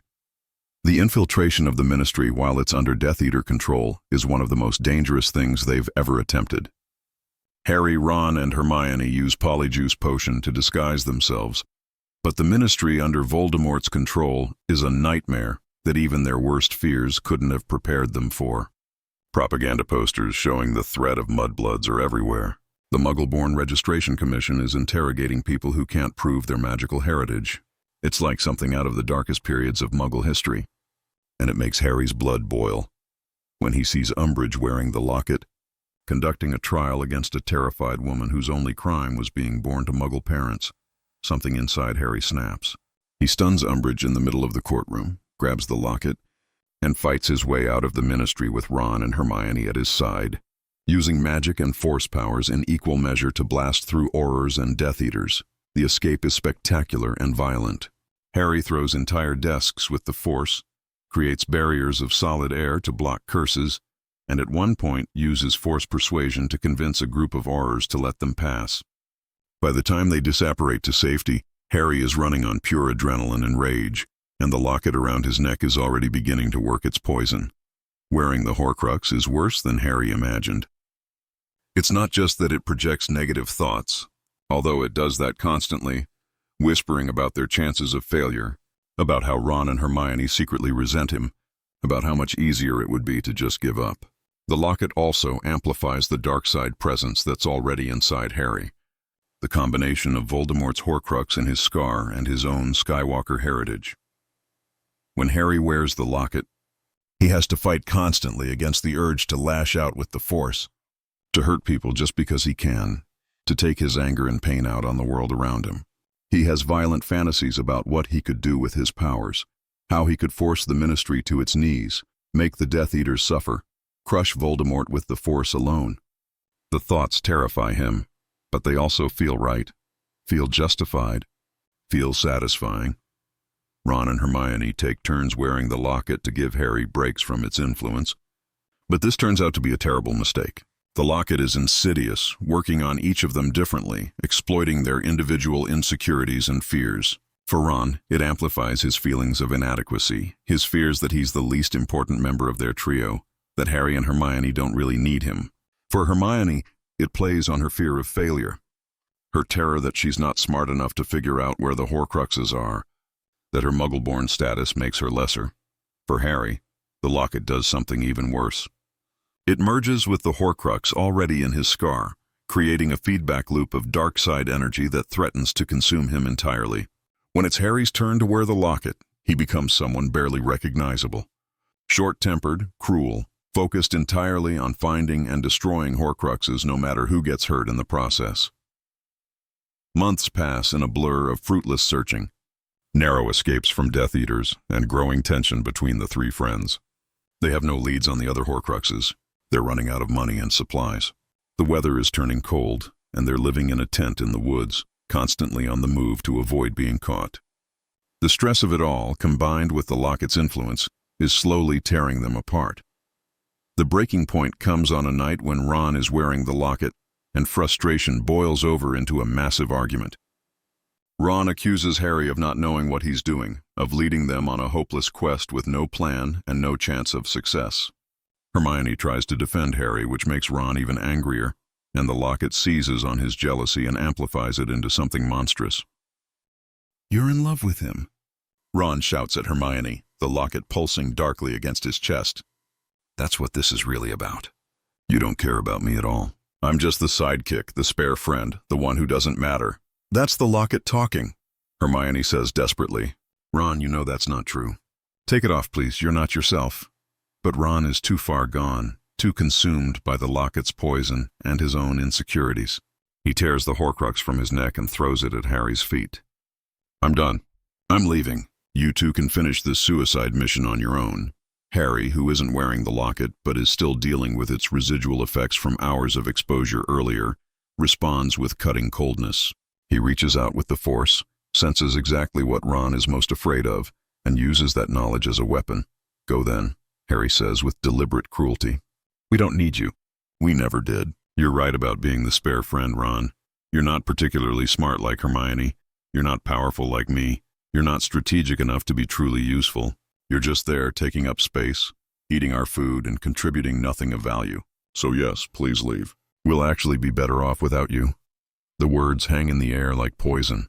Hermione gasps, horrified by Harry's viciousness. Ron's face goes white, then red, and Harry can feel through the Force the exact moment when Ron's hurt transforms into hatred. Ron disapparates without another word, and he's gone. The silence after Ron's departure is deafening. Hermione is crying, and when Harry tries to comfort her, she shoves him away with more force than he expected. "How could you say those things to him?" she demands. "Harry, that was cruel. That was unforgivably cruel. You know he's insecure about not being as talented as us, and you use that knowledge to hurt him as badly as possible. That's not who you are." "That's not the Harry I know." "Maybe it is who I am," Harry says tiredly. "Maybe I've been fooling myself all along, thinking I could resist the darkness. I'm a Skywalker, Hermione. Falling to the dark side is literally in my blood, and I've got a piece of Voldemort's soul in my head, and now this locket's been poisoning me for months. Did you really think I could stay in the light forever?" "Yes," Hermione says fiercely. "Yes, I did, and I still do. You're being affected by the Horcruxes, Harry. Once we destroy the locket, once we end this war, you'll be yourself again. You'll see that these dark thoughts aren't really you." But Harry isn't sure she's right. The terrible truth is that the cruel things he said to Ron weren't lies told to hurt him. Part of Harry actually believes them. Part of Harry has been thinking those thoughts for a while now, resenting Ron's presence, frustrated by his limitations. The locket and the Horcrux in his scar didn't create those feelings. They just brought them to the surface and amplified them. This realization that the darkness isn't just coming from external sources, that some of it is genuinely part of Harry's own psyche, is almost more than he can bear. He spent years fighting the dark side, years trying to be good and light and heroic. But what if there's just too much darkness inside him to ever fully overcome? What if he's been doomed from the start? Hermione refuses to let him wallow in self-pity.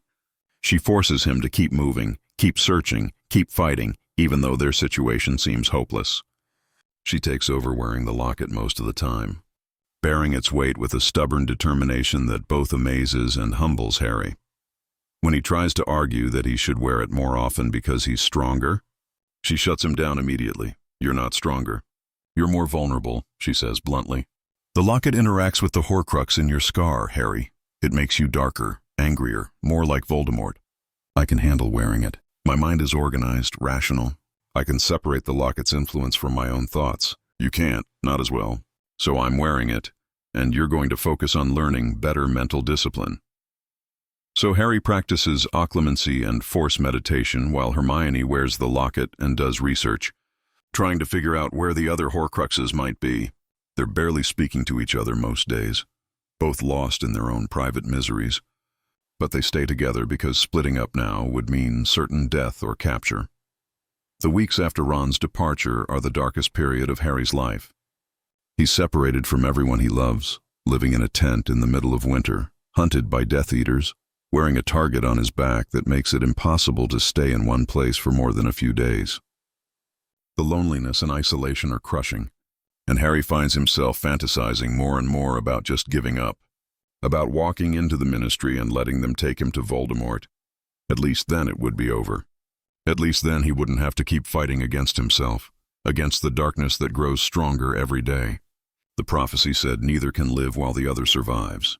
Maybe the simplest solution is to just let Voldemort win, to let the dark side have him, to stop fighting a battle he was never meant to win.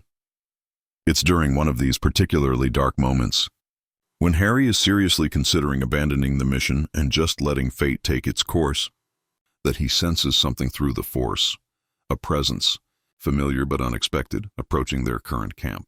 For a moment Harry thinks it's Death Eaters and reaches for his wand, ready to fight or flee. Then he recognizes the presence, and his emotions become too complicated to untangle. Ron has returned. The reunion is awkward and painful. Ron explains that he's been trying to get back to them for weeks, that he regretted leaving almost immediately but couldn't find them through all their protective enchantments. He was finally led to them by the Deluminator Dumbledore left him in his will, which apparently carried some kind of magic that responded to Ron hearing Hermione's voice on the radio. Harry knows he should apologize for the cruel things he said, should welcome Ron back and rebuild their friendship. But the part of him that's been corrupted by months of wearing the locket, the part that's always had darkness lurking inside, refuses to bend. Pride and anger and lingering resentment keep his mouth shut even as he sees the hope and anxiety in Ron's face. It's the fight with the Snatchers that finally breaks through Harry's walls. They're captured through his own mistake, his momentary loss of concentration, and dragged to Malfoy Manor. Being back in Death Eater hands, hearing Hermione's screams as Bellatrix tortures her for information about the Sword of Gryffindor, brings Harry crashing back to what's truly important. None of his anger matters. None of his pride or darkness or internal struggles matter compared to saving his friends. When Dobby appears to help them escape and Ron is fighting upstairs to save Hermione, Harry realizes with crystal clarity that he would give anything, sacrifice anything to keep his friends safe. This is what love is, what the light side is, what Dumbledore meant by the power Voldemort knows not. The escape from Malfoy Manor comes at a terrible cost. They get away, along with Luna, Mr. Ollivander, and the Goblin Griphook, but Dobby dies in Harry's arms, killed by Bellatrix's knife. The loyal house elf who saved Harry's life multiple times, who was free because of Harry's intervention in second year, dies to protect them one final time.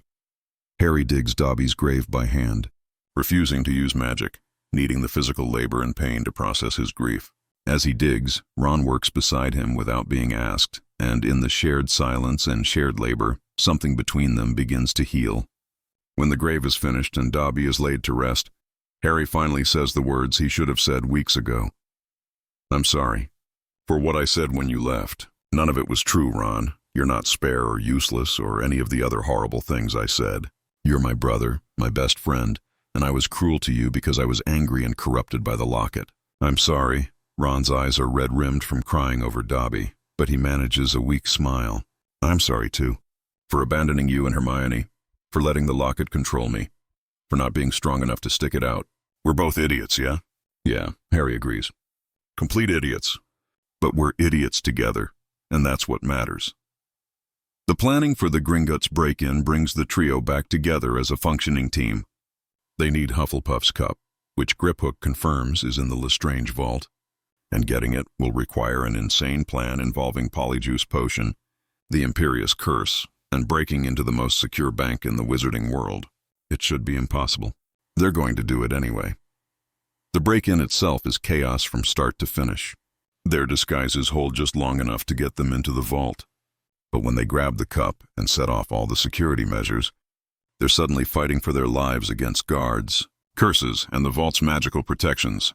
Harry finds himself drawing on the dark side more than he should, using anger and aggression to power his magic, because it's more efficient than drawing on the light. When they escape on the back of the ancient dragon that's been trapped in Gringotts' deepest chambers, Harry feels a savage satisfaction at the destruction they've caused. The bank is in ruins. Voldemort will know they're hunting his Horcruxes, and the war is about to escalate beyond anything they've seen before. Part of Harry is terrified by this. Another part is grimly eager for the final confrontation. The dragon drops them in a lake miles from Gringotts, and as they swim to shore, freezing and exhausted, Harry has a vision through his connection to Voldemort.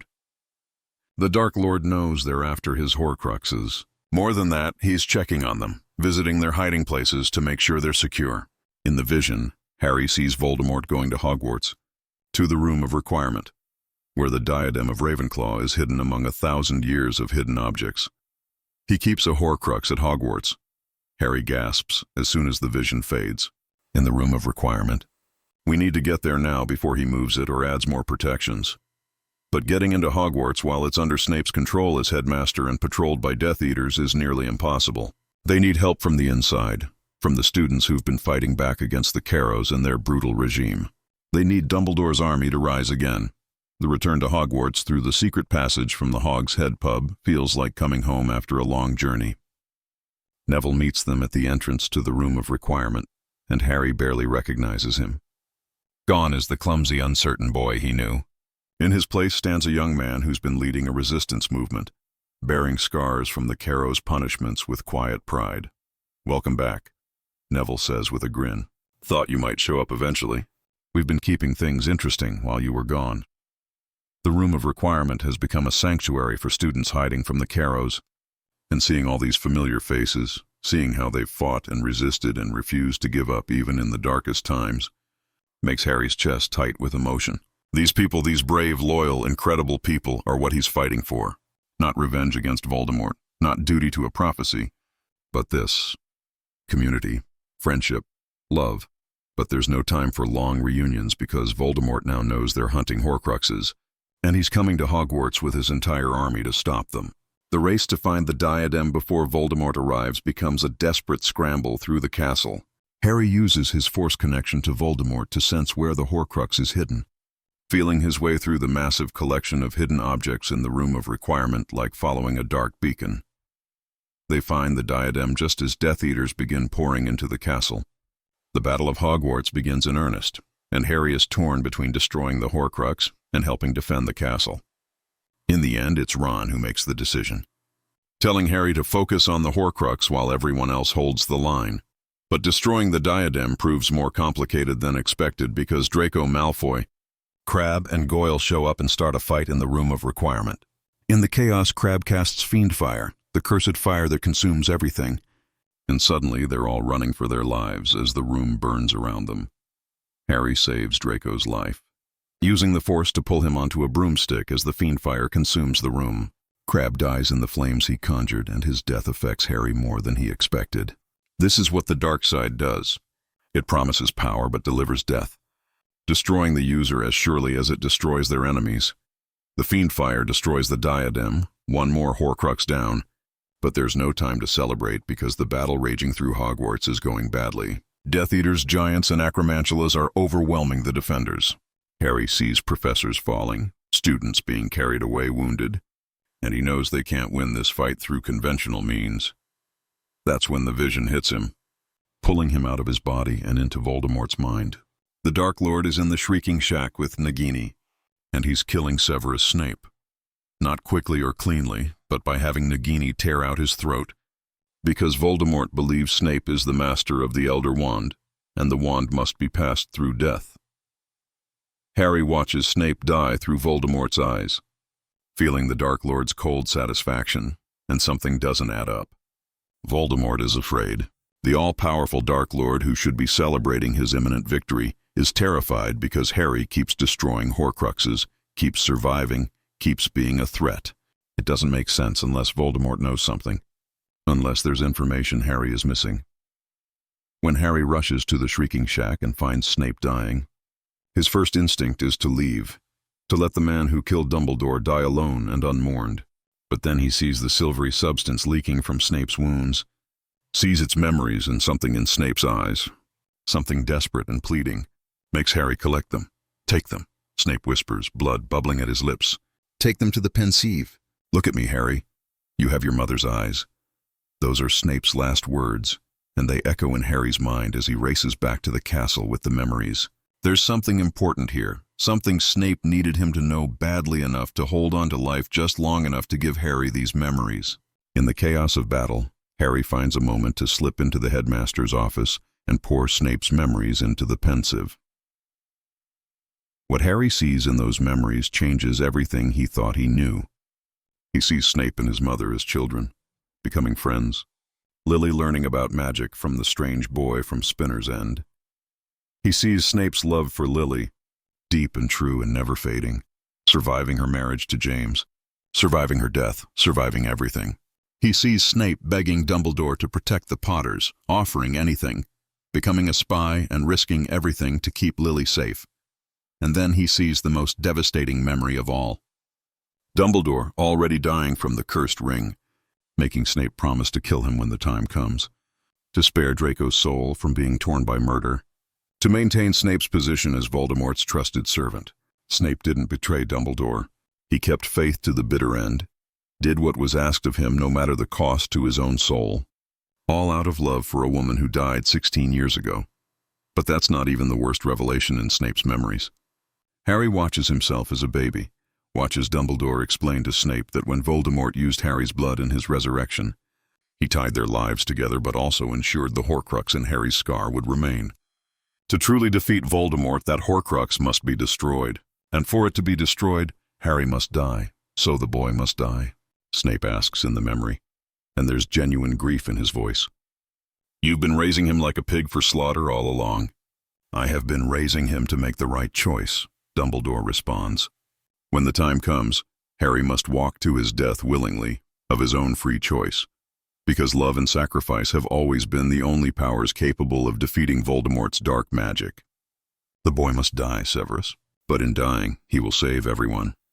Harry pulls out of the Pensieve feeling hollowed out and empty. He's a Horcrux. He's been a Horcrux since he was a year old, carrying a piece of Voldemort's soul in his scar, and the only way to destroy it is for Voldemort to kill him. Everything Dumbledore did, every lesson and test and challenge, was preparing Harry for this moment, for walking willingly to his own death.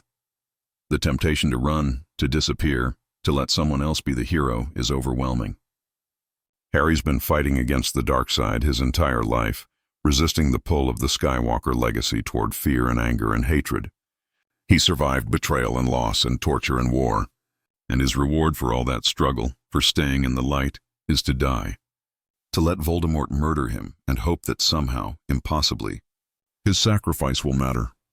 The dark side whispers that it's not fair, that he shouldn't have to do this, that he could use his powers to run, to hide, to survive. Harry is strong enough with the Force to disappear, to create a new identity, to live. Why should he die for people who never understood him, who feared his powers, who let Dumbledore manipulate him into being a sacrifice from the day he was born? But then Harry thinks about everyone fighting in the castle above him. Neville leading students into battle despite being tortured by the Carrows all year. Luna helping evacuate younger students while Death Eaters attack. Ginny fighting with her brothers, all of them risking their lives. Professor McGonagall dueling Voldemort himself to buy time. All these people he loves fighting and dying, and they're doing it because they believe in him, because they trust him to end this war. How can he abandon them? How can he let their faith in him be for nothing? His mother died to save him when he was a baby. She chose love over fear, chose sacrifice over survival, and her choice protected him for 16 years. Can he do any less for the people he loves? Harry thinks about Sirius's letter, about the promise he made to stay in the light. He thinks about Dumbledore's lessons about choice being more important than ability. He thinks about his friends who stuck with him through everything, who never gave up on him even when he gave up on himself. And he knows with the certainty of the Force flowing through him what he has to do. He has to walk into the Forbidden Forest and let Voldemort kill him. Not because he wants to die, but because it's the only way to save everyone else. This is what being a true Jedi means, what staying in the light means. It means sacrifice. It means putting others before yourself. It means choosing love over fear, even when fear would be so much easier. Before he goes, Harry stops by the Great Hall where the wounded are being tended and the dead are being laid out. He sees Fred Weasley's body surrounded by his grieving family, sees Remus and Tonks lying side by side, sees Colin Creevey, who was so young and so brave, and the weight of all these deaths settles on his shoulders. These people died fighting Voldemort. If Harry's death can end this, can prevent more deaths like these, then it's worth it. He finds Ron and Hermione helping move rubble, and for a moment he just watches them, his two best friends who have been with him through everything. He wants to tell them where he's going, wants to say goodbye properly, but he knows they'll try to stop him. They love him too much to let him walk to his death, even if it's necessary. So instead, Harry wraps them both in a Force-enhanced sensation of love and gratitude, letting them feel through their connection how much they mean to him, how much their friendship has shaped who he is. Hermione looks up, confusion crossing her face as she feels the emotional projection, and for a second her eyes meet Harry's across the Great Hall. Understanding dawns on her face. Followed by horror. "Harry, no," she whispers, starting toward him, but Harry is already turning away, already walking toward the Forbidden Forest. He moves quickly through the castle, using the invisibility cloak to avoid being seen, because he can't let anyone stop him now. At the edge of the forest, he pauses and pulls out the resurrection stone hidden in the snitch Dumbledore left him. He's about to face death, and he needs the people he loves with him, even if they can only appear as Force ghosts. The stone feels heavy in his hand as he turns it 3 times, and then they appear. His mother and father, looking young and translucent and so full of love it makes Harry's throat close up. Sirius grinning despite the circumstances, proud of Harry for making the hard choice. Remus, gentle and understanding, ready to walk with Harry to the end. "You've been so brave," Lily says softly, reaching toward Harry even though she can't quite touch him. "I'm so proud of you, my beautiful boy. You're everything I hoped you would be." "Is it going to hurt?" Harry asks, and he hates how young his voice sounds, how scared. "Dying is easier than you think," James assures him, "like falling asleep. And we'll be here, son. You won't be alone. You're doing this for the right reasons," Remus adds. "Not for glory or revenge or duty, but for love. That's what makes you different from Voldemort. Harry, that's what makes you a true Jedi." Even in a world that's forgotten what that word means, Sirius steps closer, his ghostly form flickering in the moonlight. "You're not doing this because you want to die, pup. You're doing it because you want them to live. That takes more courage than I ever had. I'm so damn proud of you." With his loved ones walking beside him, Harry moves deeper into the Forbidden Forest, toward where he can sense Voldemort waiting. Death Eaters line the path, their dark presence is obvious to Harry's Force senses, but they don't see him under the cloak. He walks past them like a ghost, already halfway between life and death, and none of them realize the boy they've been hunting is right there. In the clearing, Voldemort waits with Nagini at his feet. Even from a distance, Harry can sense the Dark Lord's mixture of triumph and fear. Voldemort thinks he's about to win, about to kill Harry Potter and break the prophecy's hold on him. But some part of him still fears this boy who keeps surviving, keeps coming back, keeps being a threat. Harry drops the invisibility cloak and steps into the clearing, and the shock on Voldemort's face is almost worth the terror coursing through Harry's veins. The Death Eaters gasp and raise their wands, but Voldemort holds up a hand to stop them. "This kill belongs to him alone. Harry Potter," Voldemort says, and there's dark satisfaction in his voice. "The boy who lived come to die. Tell me, did you think you could defeat me? Did you really believe your pathetic attempts to destroy my Horcruxes would save you?" "I know I can't defeat you," Harry says, and his voice is steadier than he expected. "Not like this, not now. But I can do something better. I can choose to die so that everyone else can live. That's the difference between us, Tom. You've never understood sacrifice. You've never loved anything enough to die for it. Voldemort's red eyes narrow, and Harry can feel the Dark Lord probing at his mind, trying to understand if this is a trick. But Harry's occlumency shields hold, and all Voldemort can sense through the Force is Harry's genuine acceptance of his impending death. Love. Voldemort spits the word like a curse. You sound just like Dumbledore, spouting nonsense about love being a power. Love didn't save your parents, Potter. Love didn't save your godfather. Love won't save you now. You're wrong, Harry says quietly. Love has saved me over and over again. My mother's love protected me for 16 years. My friend's love kept me in the light when I was tempted by darkness. And my love for them is why I'm here now, why I'm giving you what you want, so do it. Kill me and end this war. For a moment, Voldemort hesitates, and Harry can sense his confusion through the Force. The Dark Lord doesn't understand this. Why would Harry come here willingly? Why would he offer himself up for death? It doesn't make sense in Voldemort's worldview where power and survival are all that matter. But Voldemort's desire to finally kill Harry Potter, to end the threat the prophecy represents, overcomes his confusion. He raises the Elder Wand, the most powerful wand in existence, and Harry braces himself for the end. He thinks of his friends, of Ginny's fierce love, of Ron and Hermione's unwavering loyalty. He thinks of all the people who died fighting Voldemort, and he makes his death mean something. He pours love and protection into his sacrifice, consciously choosing to die so others might live, just as his mother did 16 years ago. Avada Kedavra. The green light fills Harry's vision, and for the second time in his life, the killing curse hits him directly. But this time, he's not a baby protected by his mother's sacrifice.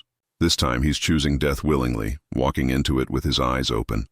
And the difference matters in ways Harry can't fully comprehend. Pain explodes through Harry's scar as the piece of Voldemort's soul is ripped from him. Torn away by the killing curse and destroyed, Harry feels himself falling, dying, his consciousness separating from his body. And for a terrifying moment, he thinks this is truly the end. Then everything goes white. Harry wakes in a place that seems like King's Cross Station, but also feels like the Force itself, like he's standing in the space between life and death, between the physical world and the cosmic energy that binds all living things. The place is bright and clean and peaceful, so different from the dark forest and Voldemort's hatred that Harry almost weeps with relief. Dumbledore is there, or some echo of him, smiling beneath his half-moon spectacles like he's been waiting for Harry to arrive. "Hello, Harry, I've been expecting you. Am I dead?" Harry asks, looking around the strange white space. "That," Dumbledore says with a twinkle in his eye, "is a very interesting question. You're certainly somewhere between life and death. The killing curse destroyed the piece of Voldemort's soul that lived inside you, but you yourself are still here. The question is whether you choose to go back or move on. I can go back?" Harry stares at Dumbledore in shock. "But Voldemort killed me with the Elder Wand. The killing curse doesn't fail." "Ah, but there are several unique circumstances at play here," Dumbledore explains, settling down on a bench and inviting Harry to sit beside him. "First, Voldemort used your blood to resurrect himself 3 years ago. Your mother's protection now lives in his veins, and as long as he lives, that protection tethers you to life. Second, you went to your death willingly, choosing to sacrifice yourself for others. That choice, that conscious acceptance of death out of love, created a protection for everyone you were trying to save. And third, you're not just a wizard, Harry. You're Force-sensitive, and the Force doesn't treat death quite the same way normal magic does." Harry tries to process all of this, tries to understand what Dumbledore is saying. "So I can choose to live? I can go back and fight?" "You can," Dumbledore confirms. "Though I should warn you, going back means facing Voldemort again, means finishing the war, means bearing the weight of everything that's happened and everything still to come." "Some might say staying here would be easier. It probably would be," Harry agrees. "But my friends are still fighting. People are still dying. And if I can help end this, if my survival means something, then I have to go back. I have to finish what we started." Dumbledore's smile widens with genuine pride and affection. "I rather thought you'd say that. You've become everything I hoped you would be, Harry, and more than I deserved after the way I manipulated your life. I'm sorry for that, by the way. Sorry for all the secrets and manipulations, for raising you without telling you the full truth. I told myself it was for your own good, but really it was because I was afraid. Afraid you would refuse to make the sacrifices necessary. Afraid you would choose a different path than the one I'd laid out. I'm not going to lie and say it's okay, Harry says slowly. Because it's not. You used me, used my life, used my relationship with you to maneuver me into position to be Voldemort's sacrifice. That's messed up, Dumbledore, no matter how good your intentions were. But I also understand why you did it. And I'm choosing to forgive you because holding on to anger only leads to the dark side. I learned that the hard way. You're wiser than I was at twice your age, Dumbledore says sadly. Tell me, Harry, what did you learn about the dark side? About your Skywalker heritage and the temptation toward darkness? Harry thinks about this, about all the times he was tempted, all the times he came close to falling, all the moments when staying in the light was the hardest thing he'd ever done. I learned that darkness isn't something that happens to you, it's something you choose. Every time I let anger or fear or hatred guide my actions, I was taking a step toward becoming what I feared. And every time I chose love or compassion or sacrifice, I was stepping back into the light. The Skywalker legacy doesn't have to be one of tragedy and fall. It can be one of choice and redemption. Beautifully put, Dumbledore says. Your ancestor Anakin fell because he was afraid of loss, because he let that fear drive him to terrible deeds. But you, Harry, you embraced loss, accepted it, walked into death itself out of love for others. That's why you didn't fall. That's why you're the Skywalker who broke the curse. Harry looks around the white space, feeling peaceful for the first time in years, but knowing he can't stay. I need to go back now. People are counting on me. They are, Dumbledore agrees. But before you go, there's something you should know about the Elder Wand. Voldemort believes he mastered it by killing Severus Snape, but he's wrong. Draco disarmed me on the astronomy tower, so he became the wand's master. And you saved Draco's life in the Room of Requirement and defeated him in Malfoy Manor, so the wand's allegiance passed to you. When you face Voldemort again, the Elder Wand will not kill its true master. Harry absorbs this information, understanding dawning. He's not going back defenseless. He's going back with the knowledge that the most powerful wand in existence won't work against him, that Voldemort's greatest weapon is useless. It's not a guarantee of victory, but it's a chance, and right now that's all Harry needs. Thank you, Harry says to Dumbledore, for everything, the good and the bad, for teaching me, guiding me, even manipulating me. It all led me here, to this choice, and I wouldn't change any of it because it made me who I am. Who you chose to become, Dumbledore corrects gently. Never forget, Harry, it was always your choice. I gave you information and guidance, but you're the one who decided to stay in the light, to resist the dark side, to be the person you wanted to be rather than what circumstances or bloodlines or prophecy tried to make you. That's the real magic, the real power, choice. The white space begins to fade, and Harry feels himself being pulled back toward his body, toward life, toward the war that's still raging. The last thing he sees before consciousness returns is Dumbledore raising his hand in farewell, pride and love shining in his ancient eyes. Harry wakes to find himself lying on the forest floor, aware of voices around him but keeping completely still. Voldemort is speaking to his Death Eaters, telling them that Harry Potter is dead, that the prophecy is broken, that nothing can stop them now. Harry can sense through the Force that Voldemort wants to parade his body back to the castle, wants to break the Defender's spirits with proof of Harry's death. Harry makes a split-second decision. He'll play dead for now, wait until they're at the castle, and then reveal himself at the moment that will have maximum impact. It's strategic, it's smart, and it will give him the best chance of ending this war quickly. So he stays limp and lifeless as Hagrid is forced to carry him, the half-giant's tears falling on Harry's face as they walk back toward Hogwarts. The journey seems to take forever. Harry has to fight the urge to move, to reassure Hagrid that he's alive, to end this charade. But he holds on, keeps his breathing so shallow it's nearly imperceptible, and waits for the right moment. When they reach the castle and Voldemort begins his victory speech, talking about how Harry died fleeing, how he was never the hero everyone thought he was, Harry feels his moment approaching. He senses through the Force that his friends are devastated but still fighting, still refusing to surrender despite believing Harry is dead. Their courage, their refusal to give up even in the darkest moment, fills Harry with pride and love. And then Neville Longbottom does something incredible. Despite believing Harry is dead, despite being tortured and broken and exhausted, Neville defies Voldemort to his face.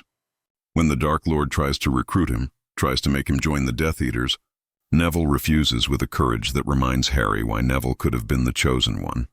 Why the prophecy could have meant him instead of Harry. "I'll join you when hell freezes over," Neville shouts. "Dumbledore's army." The Sorting Hat bursts into flames, and Neville pulls out the sword of Gryffindor, ready to fight even though he's outnumbered 1,000 to 1. And in that moment, Harry knows it's time. Time to end Voldemort's speech. Time to end the war. Time to finish what he started. Harry explodes into motion, using the Force to enhance his speed and strength, throwing off the shield charm Voldemort had placed over him and rolling to his feet in one smooth motion. The shock on everyone's faces would be funny if the situation wasn't so dire. "Surprise," Harry says, his wand in his hand and the Elder Wand still in Voldemort's. "Did you really think it would be that easy, Tom?" The battle erupts into chaos. The defenders of Hogwarts, energized by Harry's survival, surge forward with renewed determination. Death Eaters who had been celebrating moments before now find themselves fighting for their lives. And in the center of it all, Harry and Voldemort face each other one final time. They circle each other in the Great Hall, and Harry can sense that Voldemort is genuinely afraid now. The Dark Lord thought he'd won, thought he'd killed Harry permanently, and Harry's survival has shaken him to his core. Good. Fear makes people make mistakes. And Harry needs Voldemort to make a mistake. "You keep surviving," Voldemort hisses. "I killed you. I saw you die. How are you still alive?" "Love," Harry says simply, and he explains because Voldemort deserves to know how thoroughly he's been beaten. "My mother's love protected me the first time. My own love, my willing sacrifice for my friends, protected me this time. You've spent your whole life running from death, Tom, splitting your soul to avoid it. And you still don't understand the one thing that can defeat death. Love, sacrifice, choosing others over yourself." Voldemort's face twists with rage and hatred. "Love is weakness. Power is all that matters." "Then you've already lost," Harry says calmly. "Because I have something more powerful than all your dark magic combined. I have people who love me, who I love in return, and that's worth more than immortality or power or anything else you've chased your whole life." Voldemort attacks with a scream of rage, and they duel through the Great Hall while everyone watches. Harry combines wizard magic with Force abilities, deflecting curses while simultaneously using the Force to protect bystanders, to coordinate the other defenders, to stay one step ahead of Voldemort's attacks.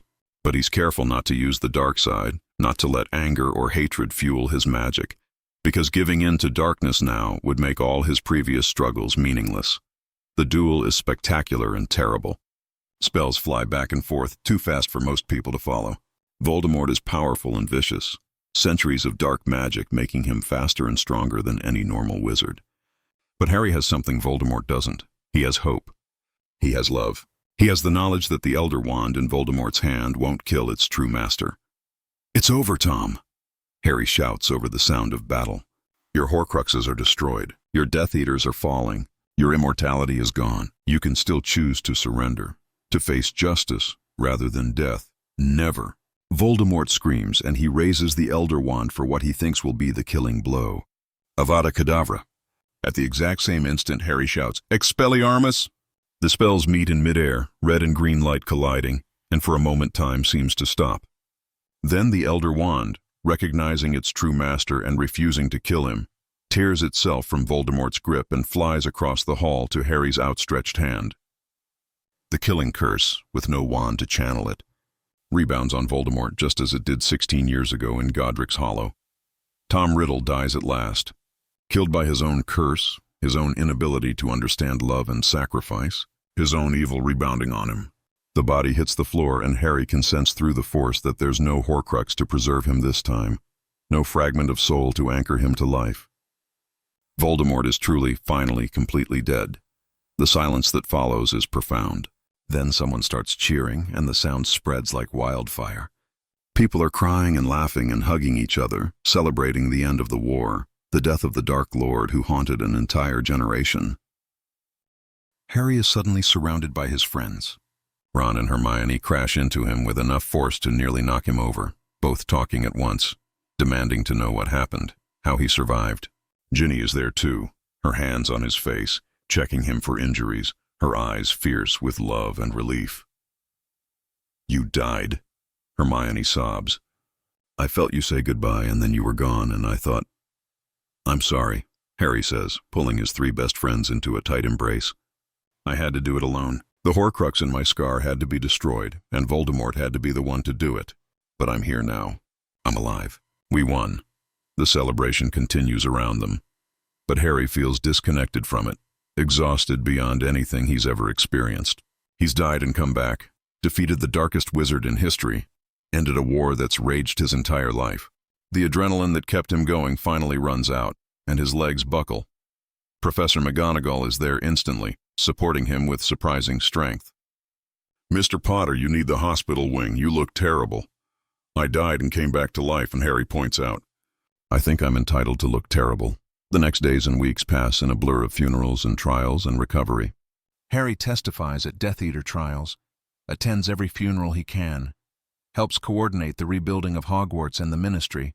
It's exhausting work, but necessary, and Harry does it because he knows the war isn't truly over until justice is served and the dead are properly honored. The years that follow bring healing and change. Harry becomes an Auror, working to prevent another Dark Lord from rising. He marries Ginny in a ceremony surrounded by friends and family.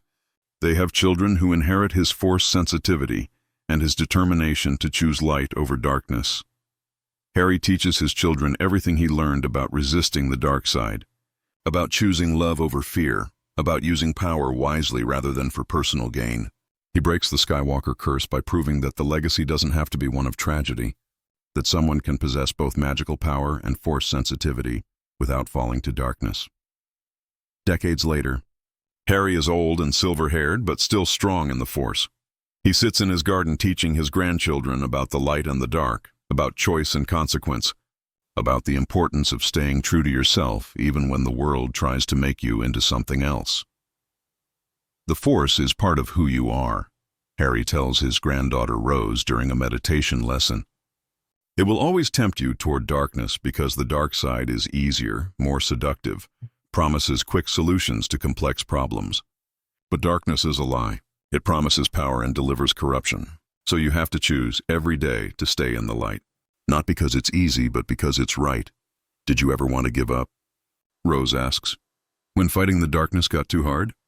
All the time, Harry admits. There were moments when I was so tired of fighting myself, so exhausted by the constant struggle, that I wanted to just let the darkness win. But then I'd remember everyone who believed in me, everyone who sacrificed for me, everyone I loved. And I'd realize that giving up wasn't an option because too many people were counting on me. So I kept choosing the light, day after day, year after year, until choosing light became as natural as breathing. As the sun sets, Harry reflects on his long life, from the boy in the cupboard to the man who broke a curse that plagued his bloodline for generations. He's proud of what he's accomplished, but even more proud of who he chose to become. Not the chosen one or the boy who lived, but just Harry Potter. A man who loved his family, valued his friends, and chose light over darkness, even when darkness would have been easier. The story of Harry Potter the Skywalker is ultimately a story about choice, about how bloodlines and prophecies and destiny are all less powerful than the simple act of deciding who you want to be and having the courage to become that person. Harry chose light, chose love, chose sacrifice, and those choices defined him far more than his famous scar or his Skywalker blood ever could. And in the end, that's what matters. Not the power you're born with, but what you choose to do with it. Not the darkness that calls to you, but your determination to stay in the light. Not your family's legacy of tragedy, but your decision to create a new legacy of hope. Harry Potter was a Skywalker, but more importantly, he was himself. And that was always enough. The end. The hunt for Horcruxes becomes the focus of Harry's 6th year, but it's complicated by his Force abilities in unexpected ways.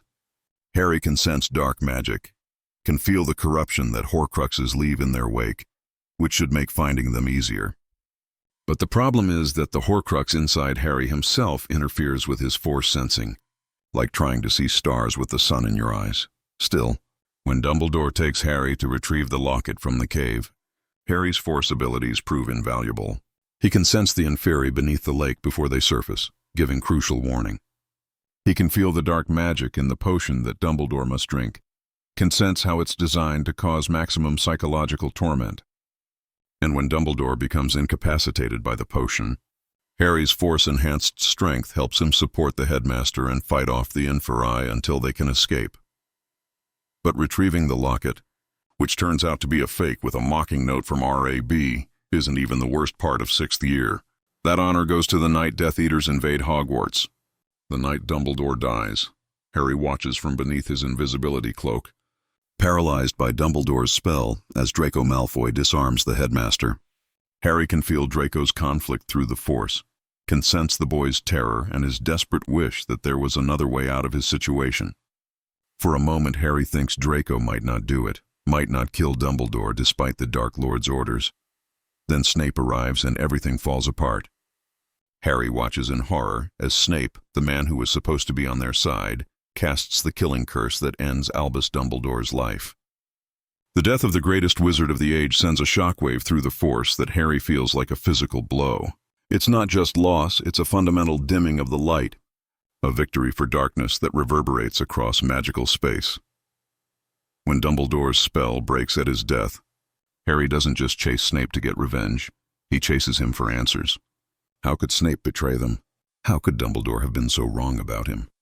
The fury and confusion driving Harry is strong enough that he nearly manages to use Force lightning against Snape during their confrontation, actual dark side lightning crackling at his fingertips before Snape deflects his spells and escapes. The realization that he almost used Force lightning, one of the most overtly dark side abilities, shakes Harry to his core. He's been so focused on hunting Horcruxes, on preparing for the war ahead, that he hasn't been monitoring his own emotional state carefully enough. The darkness is creeping in again, more subtle this time, but no less dangerous. Dumbledore's funeral brings Harry a measure of peace.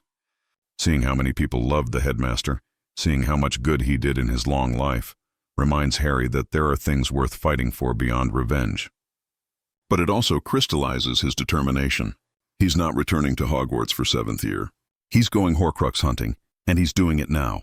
Ron and Hermione insist on coming with him, and Harry doesn't have the heart or the right to refuse them. They're his best friends, his family in all the ways that matter, and they've earned the right to fight beside him. Together they plan and prepare throughout the summer, gathering supplies and information for the hunt ahead. The hunt for the Horcruxes is long, frustrating, and dangerous. Harry's Force abilities help them track down leads, sense dark magic, and avoid Death Eater patrols. But they're not enough to make the quest easy. Months pass as they search for the locket that RAB stole, for the cup hidden in Gringotts, for the diadem lost in Hogwarts. The locket, when they finally retrieve it from Dolores Umbridge in the Ministry, is particularly insidious. It doesn't just project negative thoughts like in the original timeline, it projects dark side energy, constantly trying to push whoever wears it toward anger and fear. Harry, Ron, and Hermione take turns wearing it, and each of them suffers under its influence. For Harry, the locket amplifies every fear he has about falling to darkness. It whispers that he's just like Voldemort, that he enjoys hurting people, that his friends would be better off without him. Combined with the Horcrux already inside him, the locket creates a perfect storm of dark side temptation. When Ron destroys the locket with the sword of Gryffindor, the piece of Voldemort's soul manifests Harry's and Ron's worst fears before dying. For Ron, it's visions of Harry and Hermione together, his insecurities about being lesser and unwanted.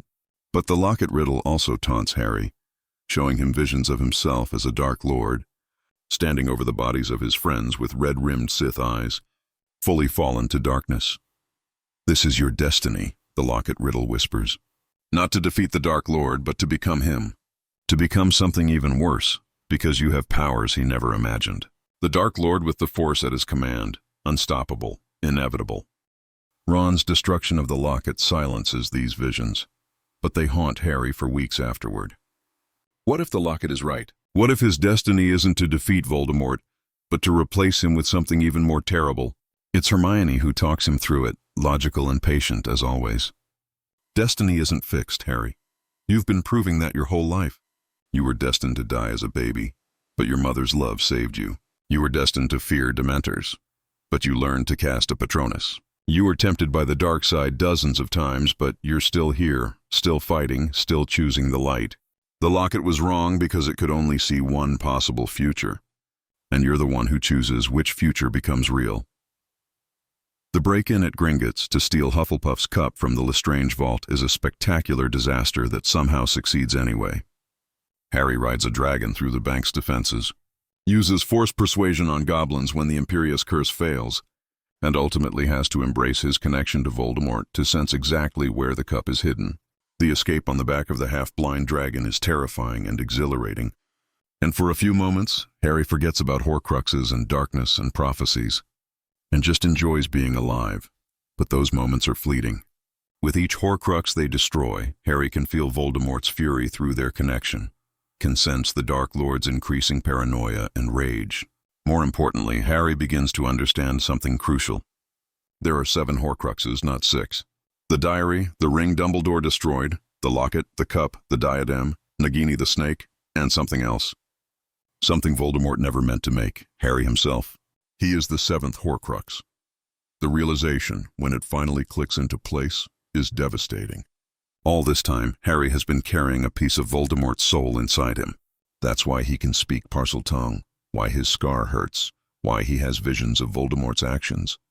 It's not just the Force connection from Voldemort using his blood, it's a fragment of the Dark Lord's very soul living in Harry's head. And for Voldemort to truly die, that piece must be destroyed. Harry must die. Harry keeps this knowledge to himself at first, unable to tell Ron and Hermione that their entire quest has been for nothing, that even if they destroy every other Horcrux, Harry will still have to die for Voldemort to be defeated. But secrets like this are heavy, and eventually, in the ruins of the Room of Requirement, after retrieving and destroying the diadem, Harry breaks down and tells them everything. Hermione refuses to accept it. There has to be another way, she insists, tears streaming down her face. We'll research, we'll find a solution. You don't have to die, Harry. You can't die. But Ron, usually the least perceptive of the three, sees the truth in Harry's eyes. You've already decided, haven't you? You're going to do it. You're going to let him kill you. Harry nods slowly. It's the only way to end this. The prophecy said neither can live while the other survives. I thought it meant I had to kill him, but it's the opposite. He has to kill me, destroy the Horcrux in my scar, and only then can someone else finish him. The final battle of Hogwarts begins before they're ready, before they've destroyed Nagini, before Harry has come to terms with his own impending death. Voldemort attacks the school with an army of Death Eaters, giants and acromantulas, and the defenders of Hogwarts.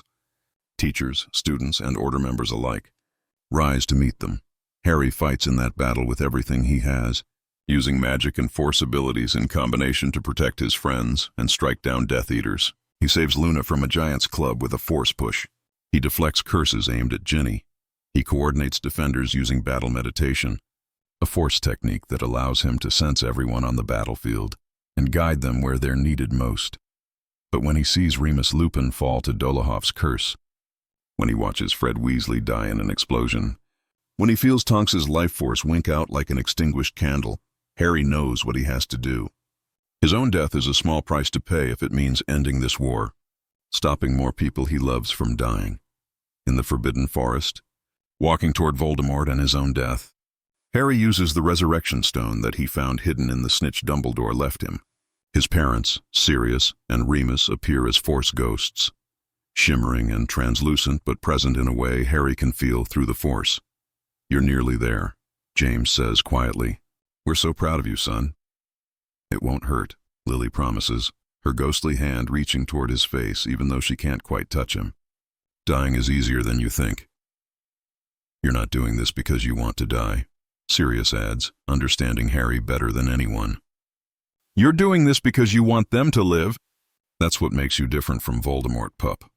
That's what makes you a true Jedi, even if you've never heard that word before. Remus smiles sadly. It takes more courage to die for others than to kill for yourself. You have that courage, Harry. You always have. With his loved ones walking beside him, Harry enters the clearing where Voldemort waits. The Dark Lord looks almost surprised to see Harry simply walk up and stop before him, not fighting, not running, just standing there with his arms at his sides. Harry Potter, Voldemort says softly. The boy who lived. Come to die. I am, Harry says, and he means it. No fear, no anger, just acceptance. He's made his choice, and it's the right one, the light side choice.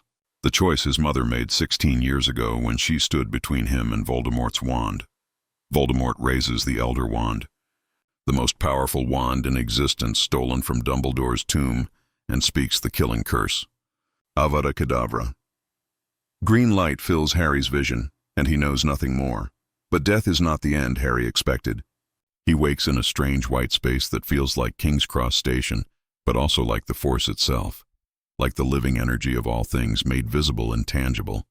Dumbledore is there, or an echo of him, smiling beneath his half-moon spectacles. "Am I dead?"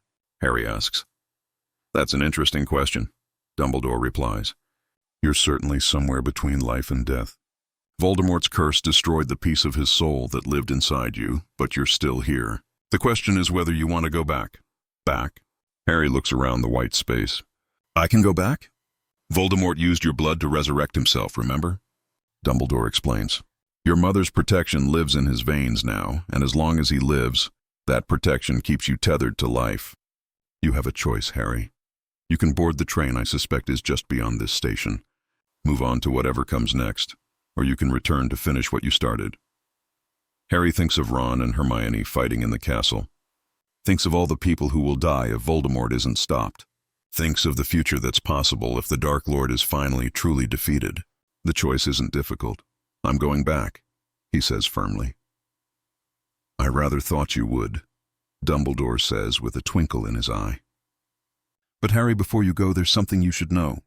The Skywalker legacy doesn't have to be one of tragedy and fall. You're proof of that. You faced the same temptations as your ancestor, the same darkness, but you made different choices. You chose love over fear, sacrifice over power, light over darkness. You're not just a Skywalker, Harry. You're the Skywalker who broke the curse."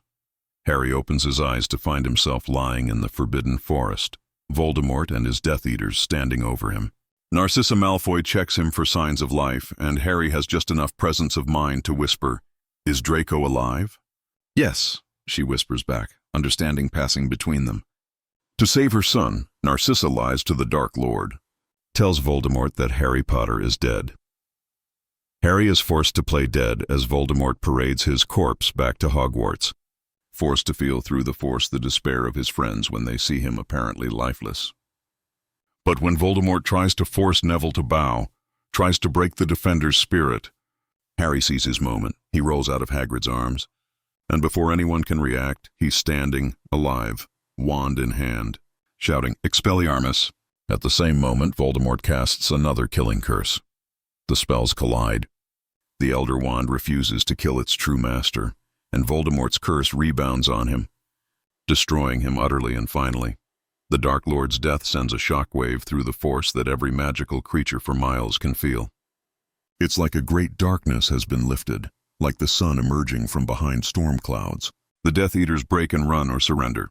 The battle is over. Voldemort is gone.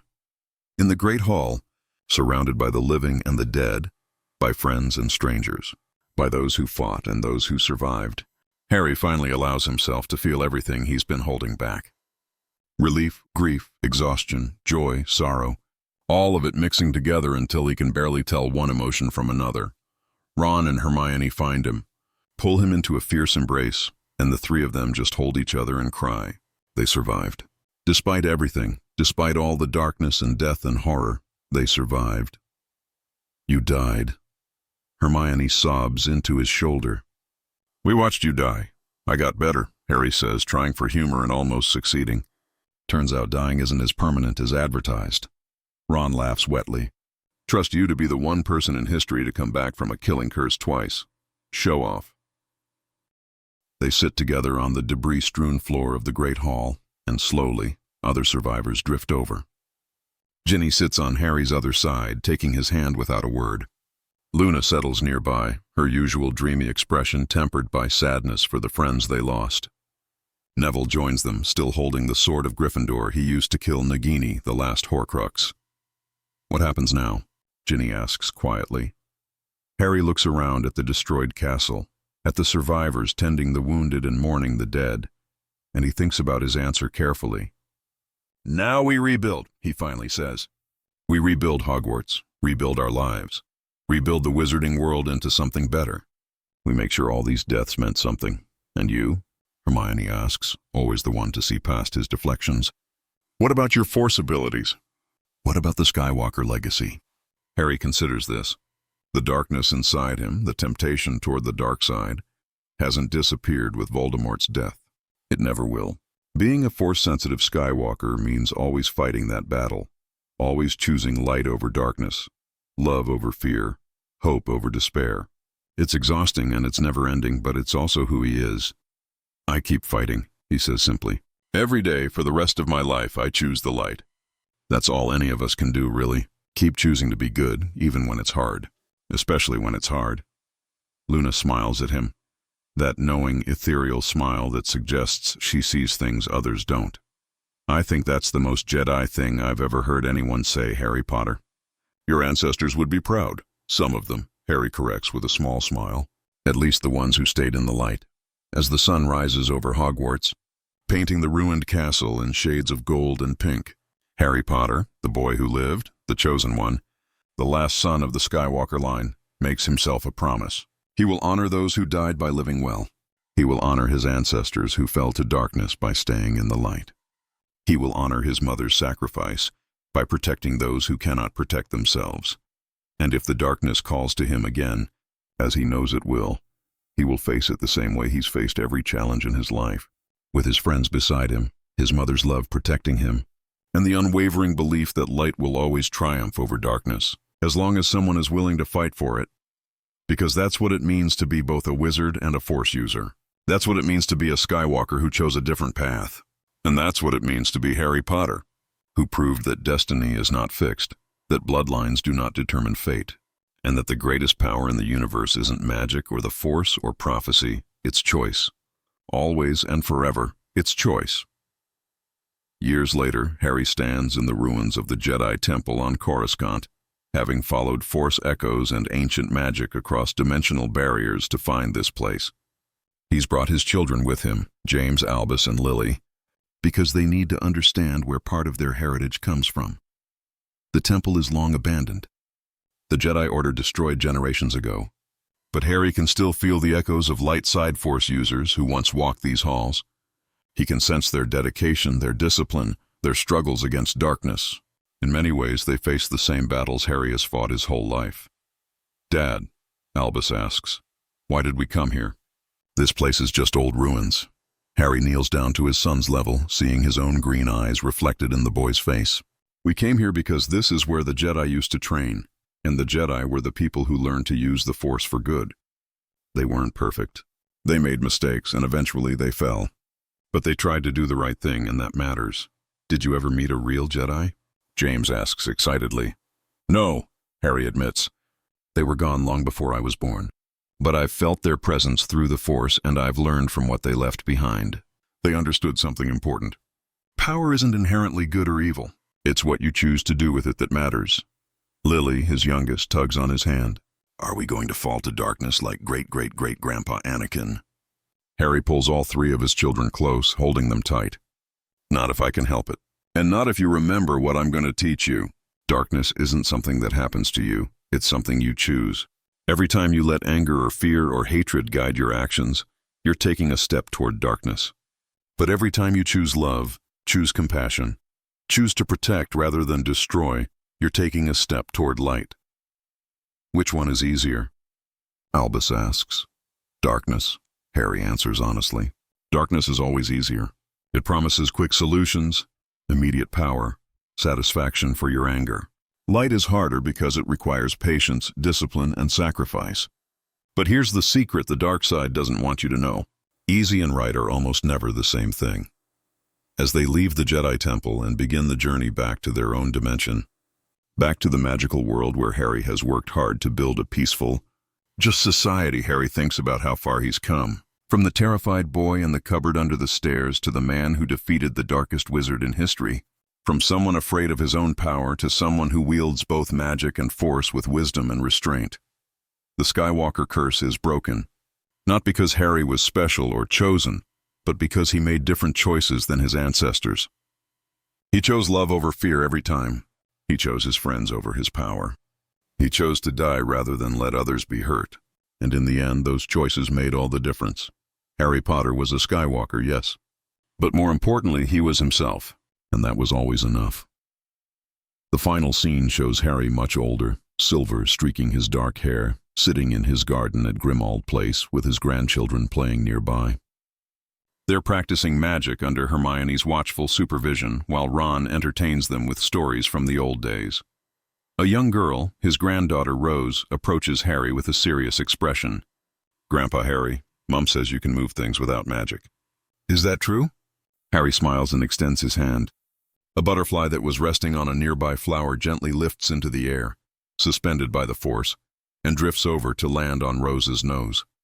She giggles in delight. "It's true," Harry confirms. "It's called the Force, and you have it too.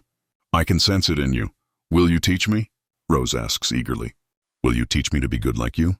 Harry's eyes mist over slightly because this, right here, is how you break a cycle. Not by hiding from your heritage or pretending it doesn't exist, but by teaching the next generation to make better choices, to be better people. "I'll teach you everything I know," Harry promises. The magic and the Force, the light and how to resist the darkness. But most importantly, I'll teach you that who you are isn't determined by your bloodline or your powers. It's determined by your choices. Rose nods solemnly, taking this in. Then her seriousness breaks and she grins. "Can you teach me how to make lightning come out of my fingers?" "Absolutely not," Harry says firmly, but he's smiling. "That's a dark side power, and you're never going to need it. Now, how about I teach you how to sense emotions through the Force instead? It's much more useful and far less likely to accidentally kill someone." As the lesson begins, as Harry guides his granddaughter through the basics of Force meditation while his friends and family laugh and talk nearby, the camera slowly pulls back.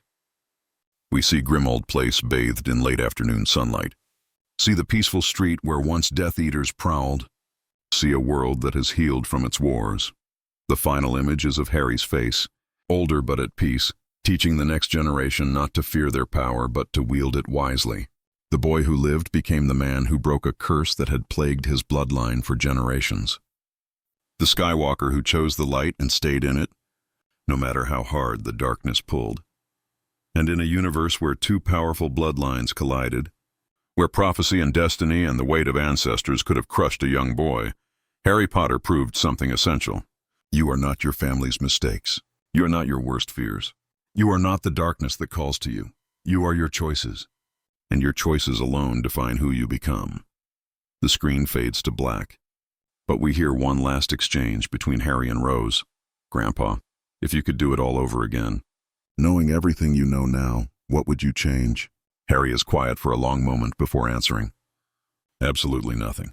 Every choice, every mistake, every moment of darkness and light, they all led me here. To this life, these people, this peace. I wouldn't change a single thing because then I might not be the person I am now. The person I chose to become. And who is that? Someone who chose love over fear every single time. That's all that really matters in the end." The final shot is of the sunset over Grimmauld Place, golden light spreading across the sky, representing hope, representing possibility, representing a future where the next generation of Potters and Skywalkers will write their own stories, make their own choices, and continue choosing the light over the darkness. Because that's what heroes do, not because it's easy, but because it's right. Not because destiny demands it, but because they choose it. And in a universe where a wizard could wield the Force, where two legendary bloodlines could combine into one remarkable person, Harry Potter proved that the greatest magic of all is the magic of choice. The power to decide who you want to be, and then having the courage to become that person, no matter what darkness stands in your way. That's the real answer to, what if Harry Potter was a Skywalker? He would still be Harry Potter. Because who you are isn't about the power in your blood, it's about the choices in your heart. And Harry's heart chose the light, from the very beginning to the very end. And that made all the difference in every universe, in every timeline, in every possible version of his story. The legacy of the Skywalkers was one of tragedy, fall, and redemption through incredible sacrifice. Harry's legacy became something different entirely. The story of a boy who looked into the abyss of the dark side, felt its seductive pull every single day of his life, and simply said no, not once, but thousands of times. Every day, in every choice, in every moment when the easy path led to darkness and the hard path led to light. That's the power Voldemort never understood and could never possess. The power to choose light, Not because you have to, but because you want to. Because it's who you've decided to be. And that's why Harry Potter, the boy who lived, the chosen one, the last son of two great legacies, became something greater than either. He became himself fully and completely. Dark heritage acknowledged but not indulged. Power possessed but not corrupted. Legacy honored but not controlled by. He became the answer to the question every Force-sensitive individual must face. What will you do with the power you've been given?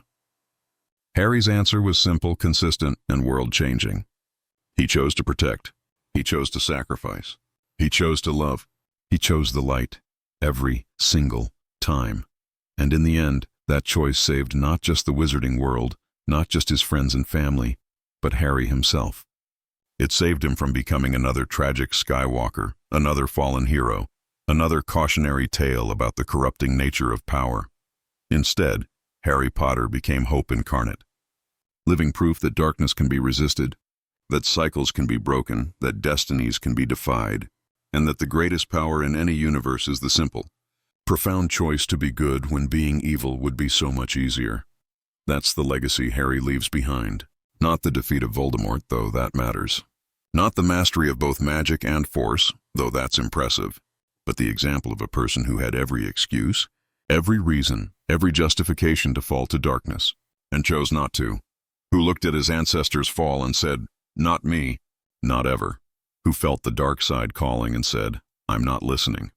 Who could have been the most powerful Dark Lord in two universes and chose instead to be a good man, a loving father, a faithful friend. That's what happens when Harry Potter is a Skywalker. He doesn't become a tragic figure. He becomes the one who broke the curse, ended the cycle, and proved that blood doesn't determine destiny. Choice does. Always choice. Forever choice. And Harry's choice was light.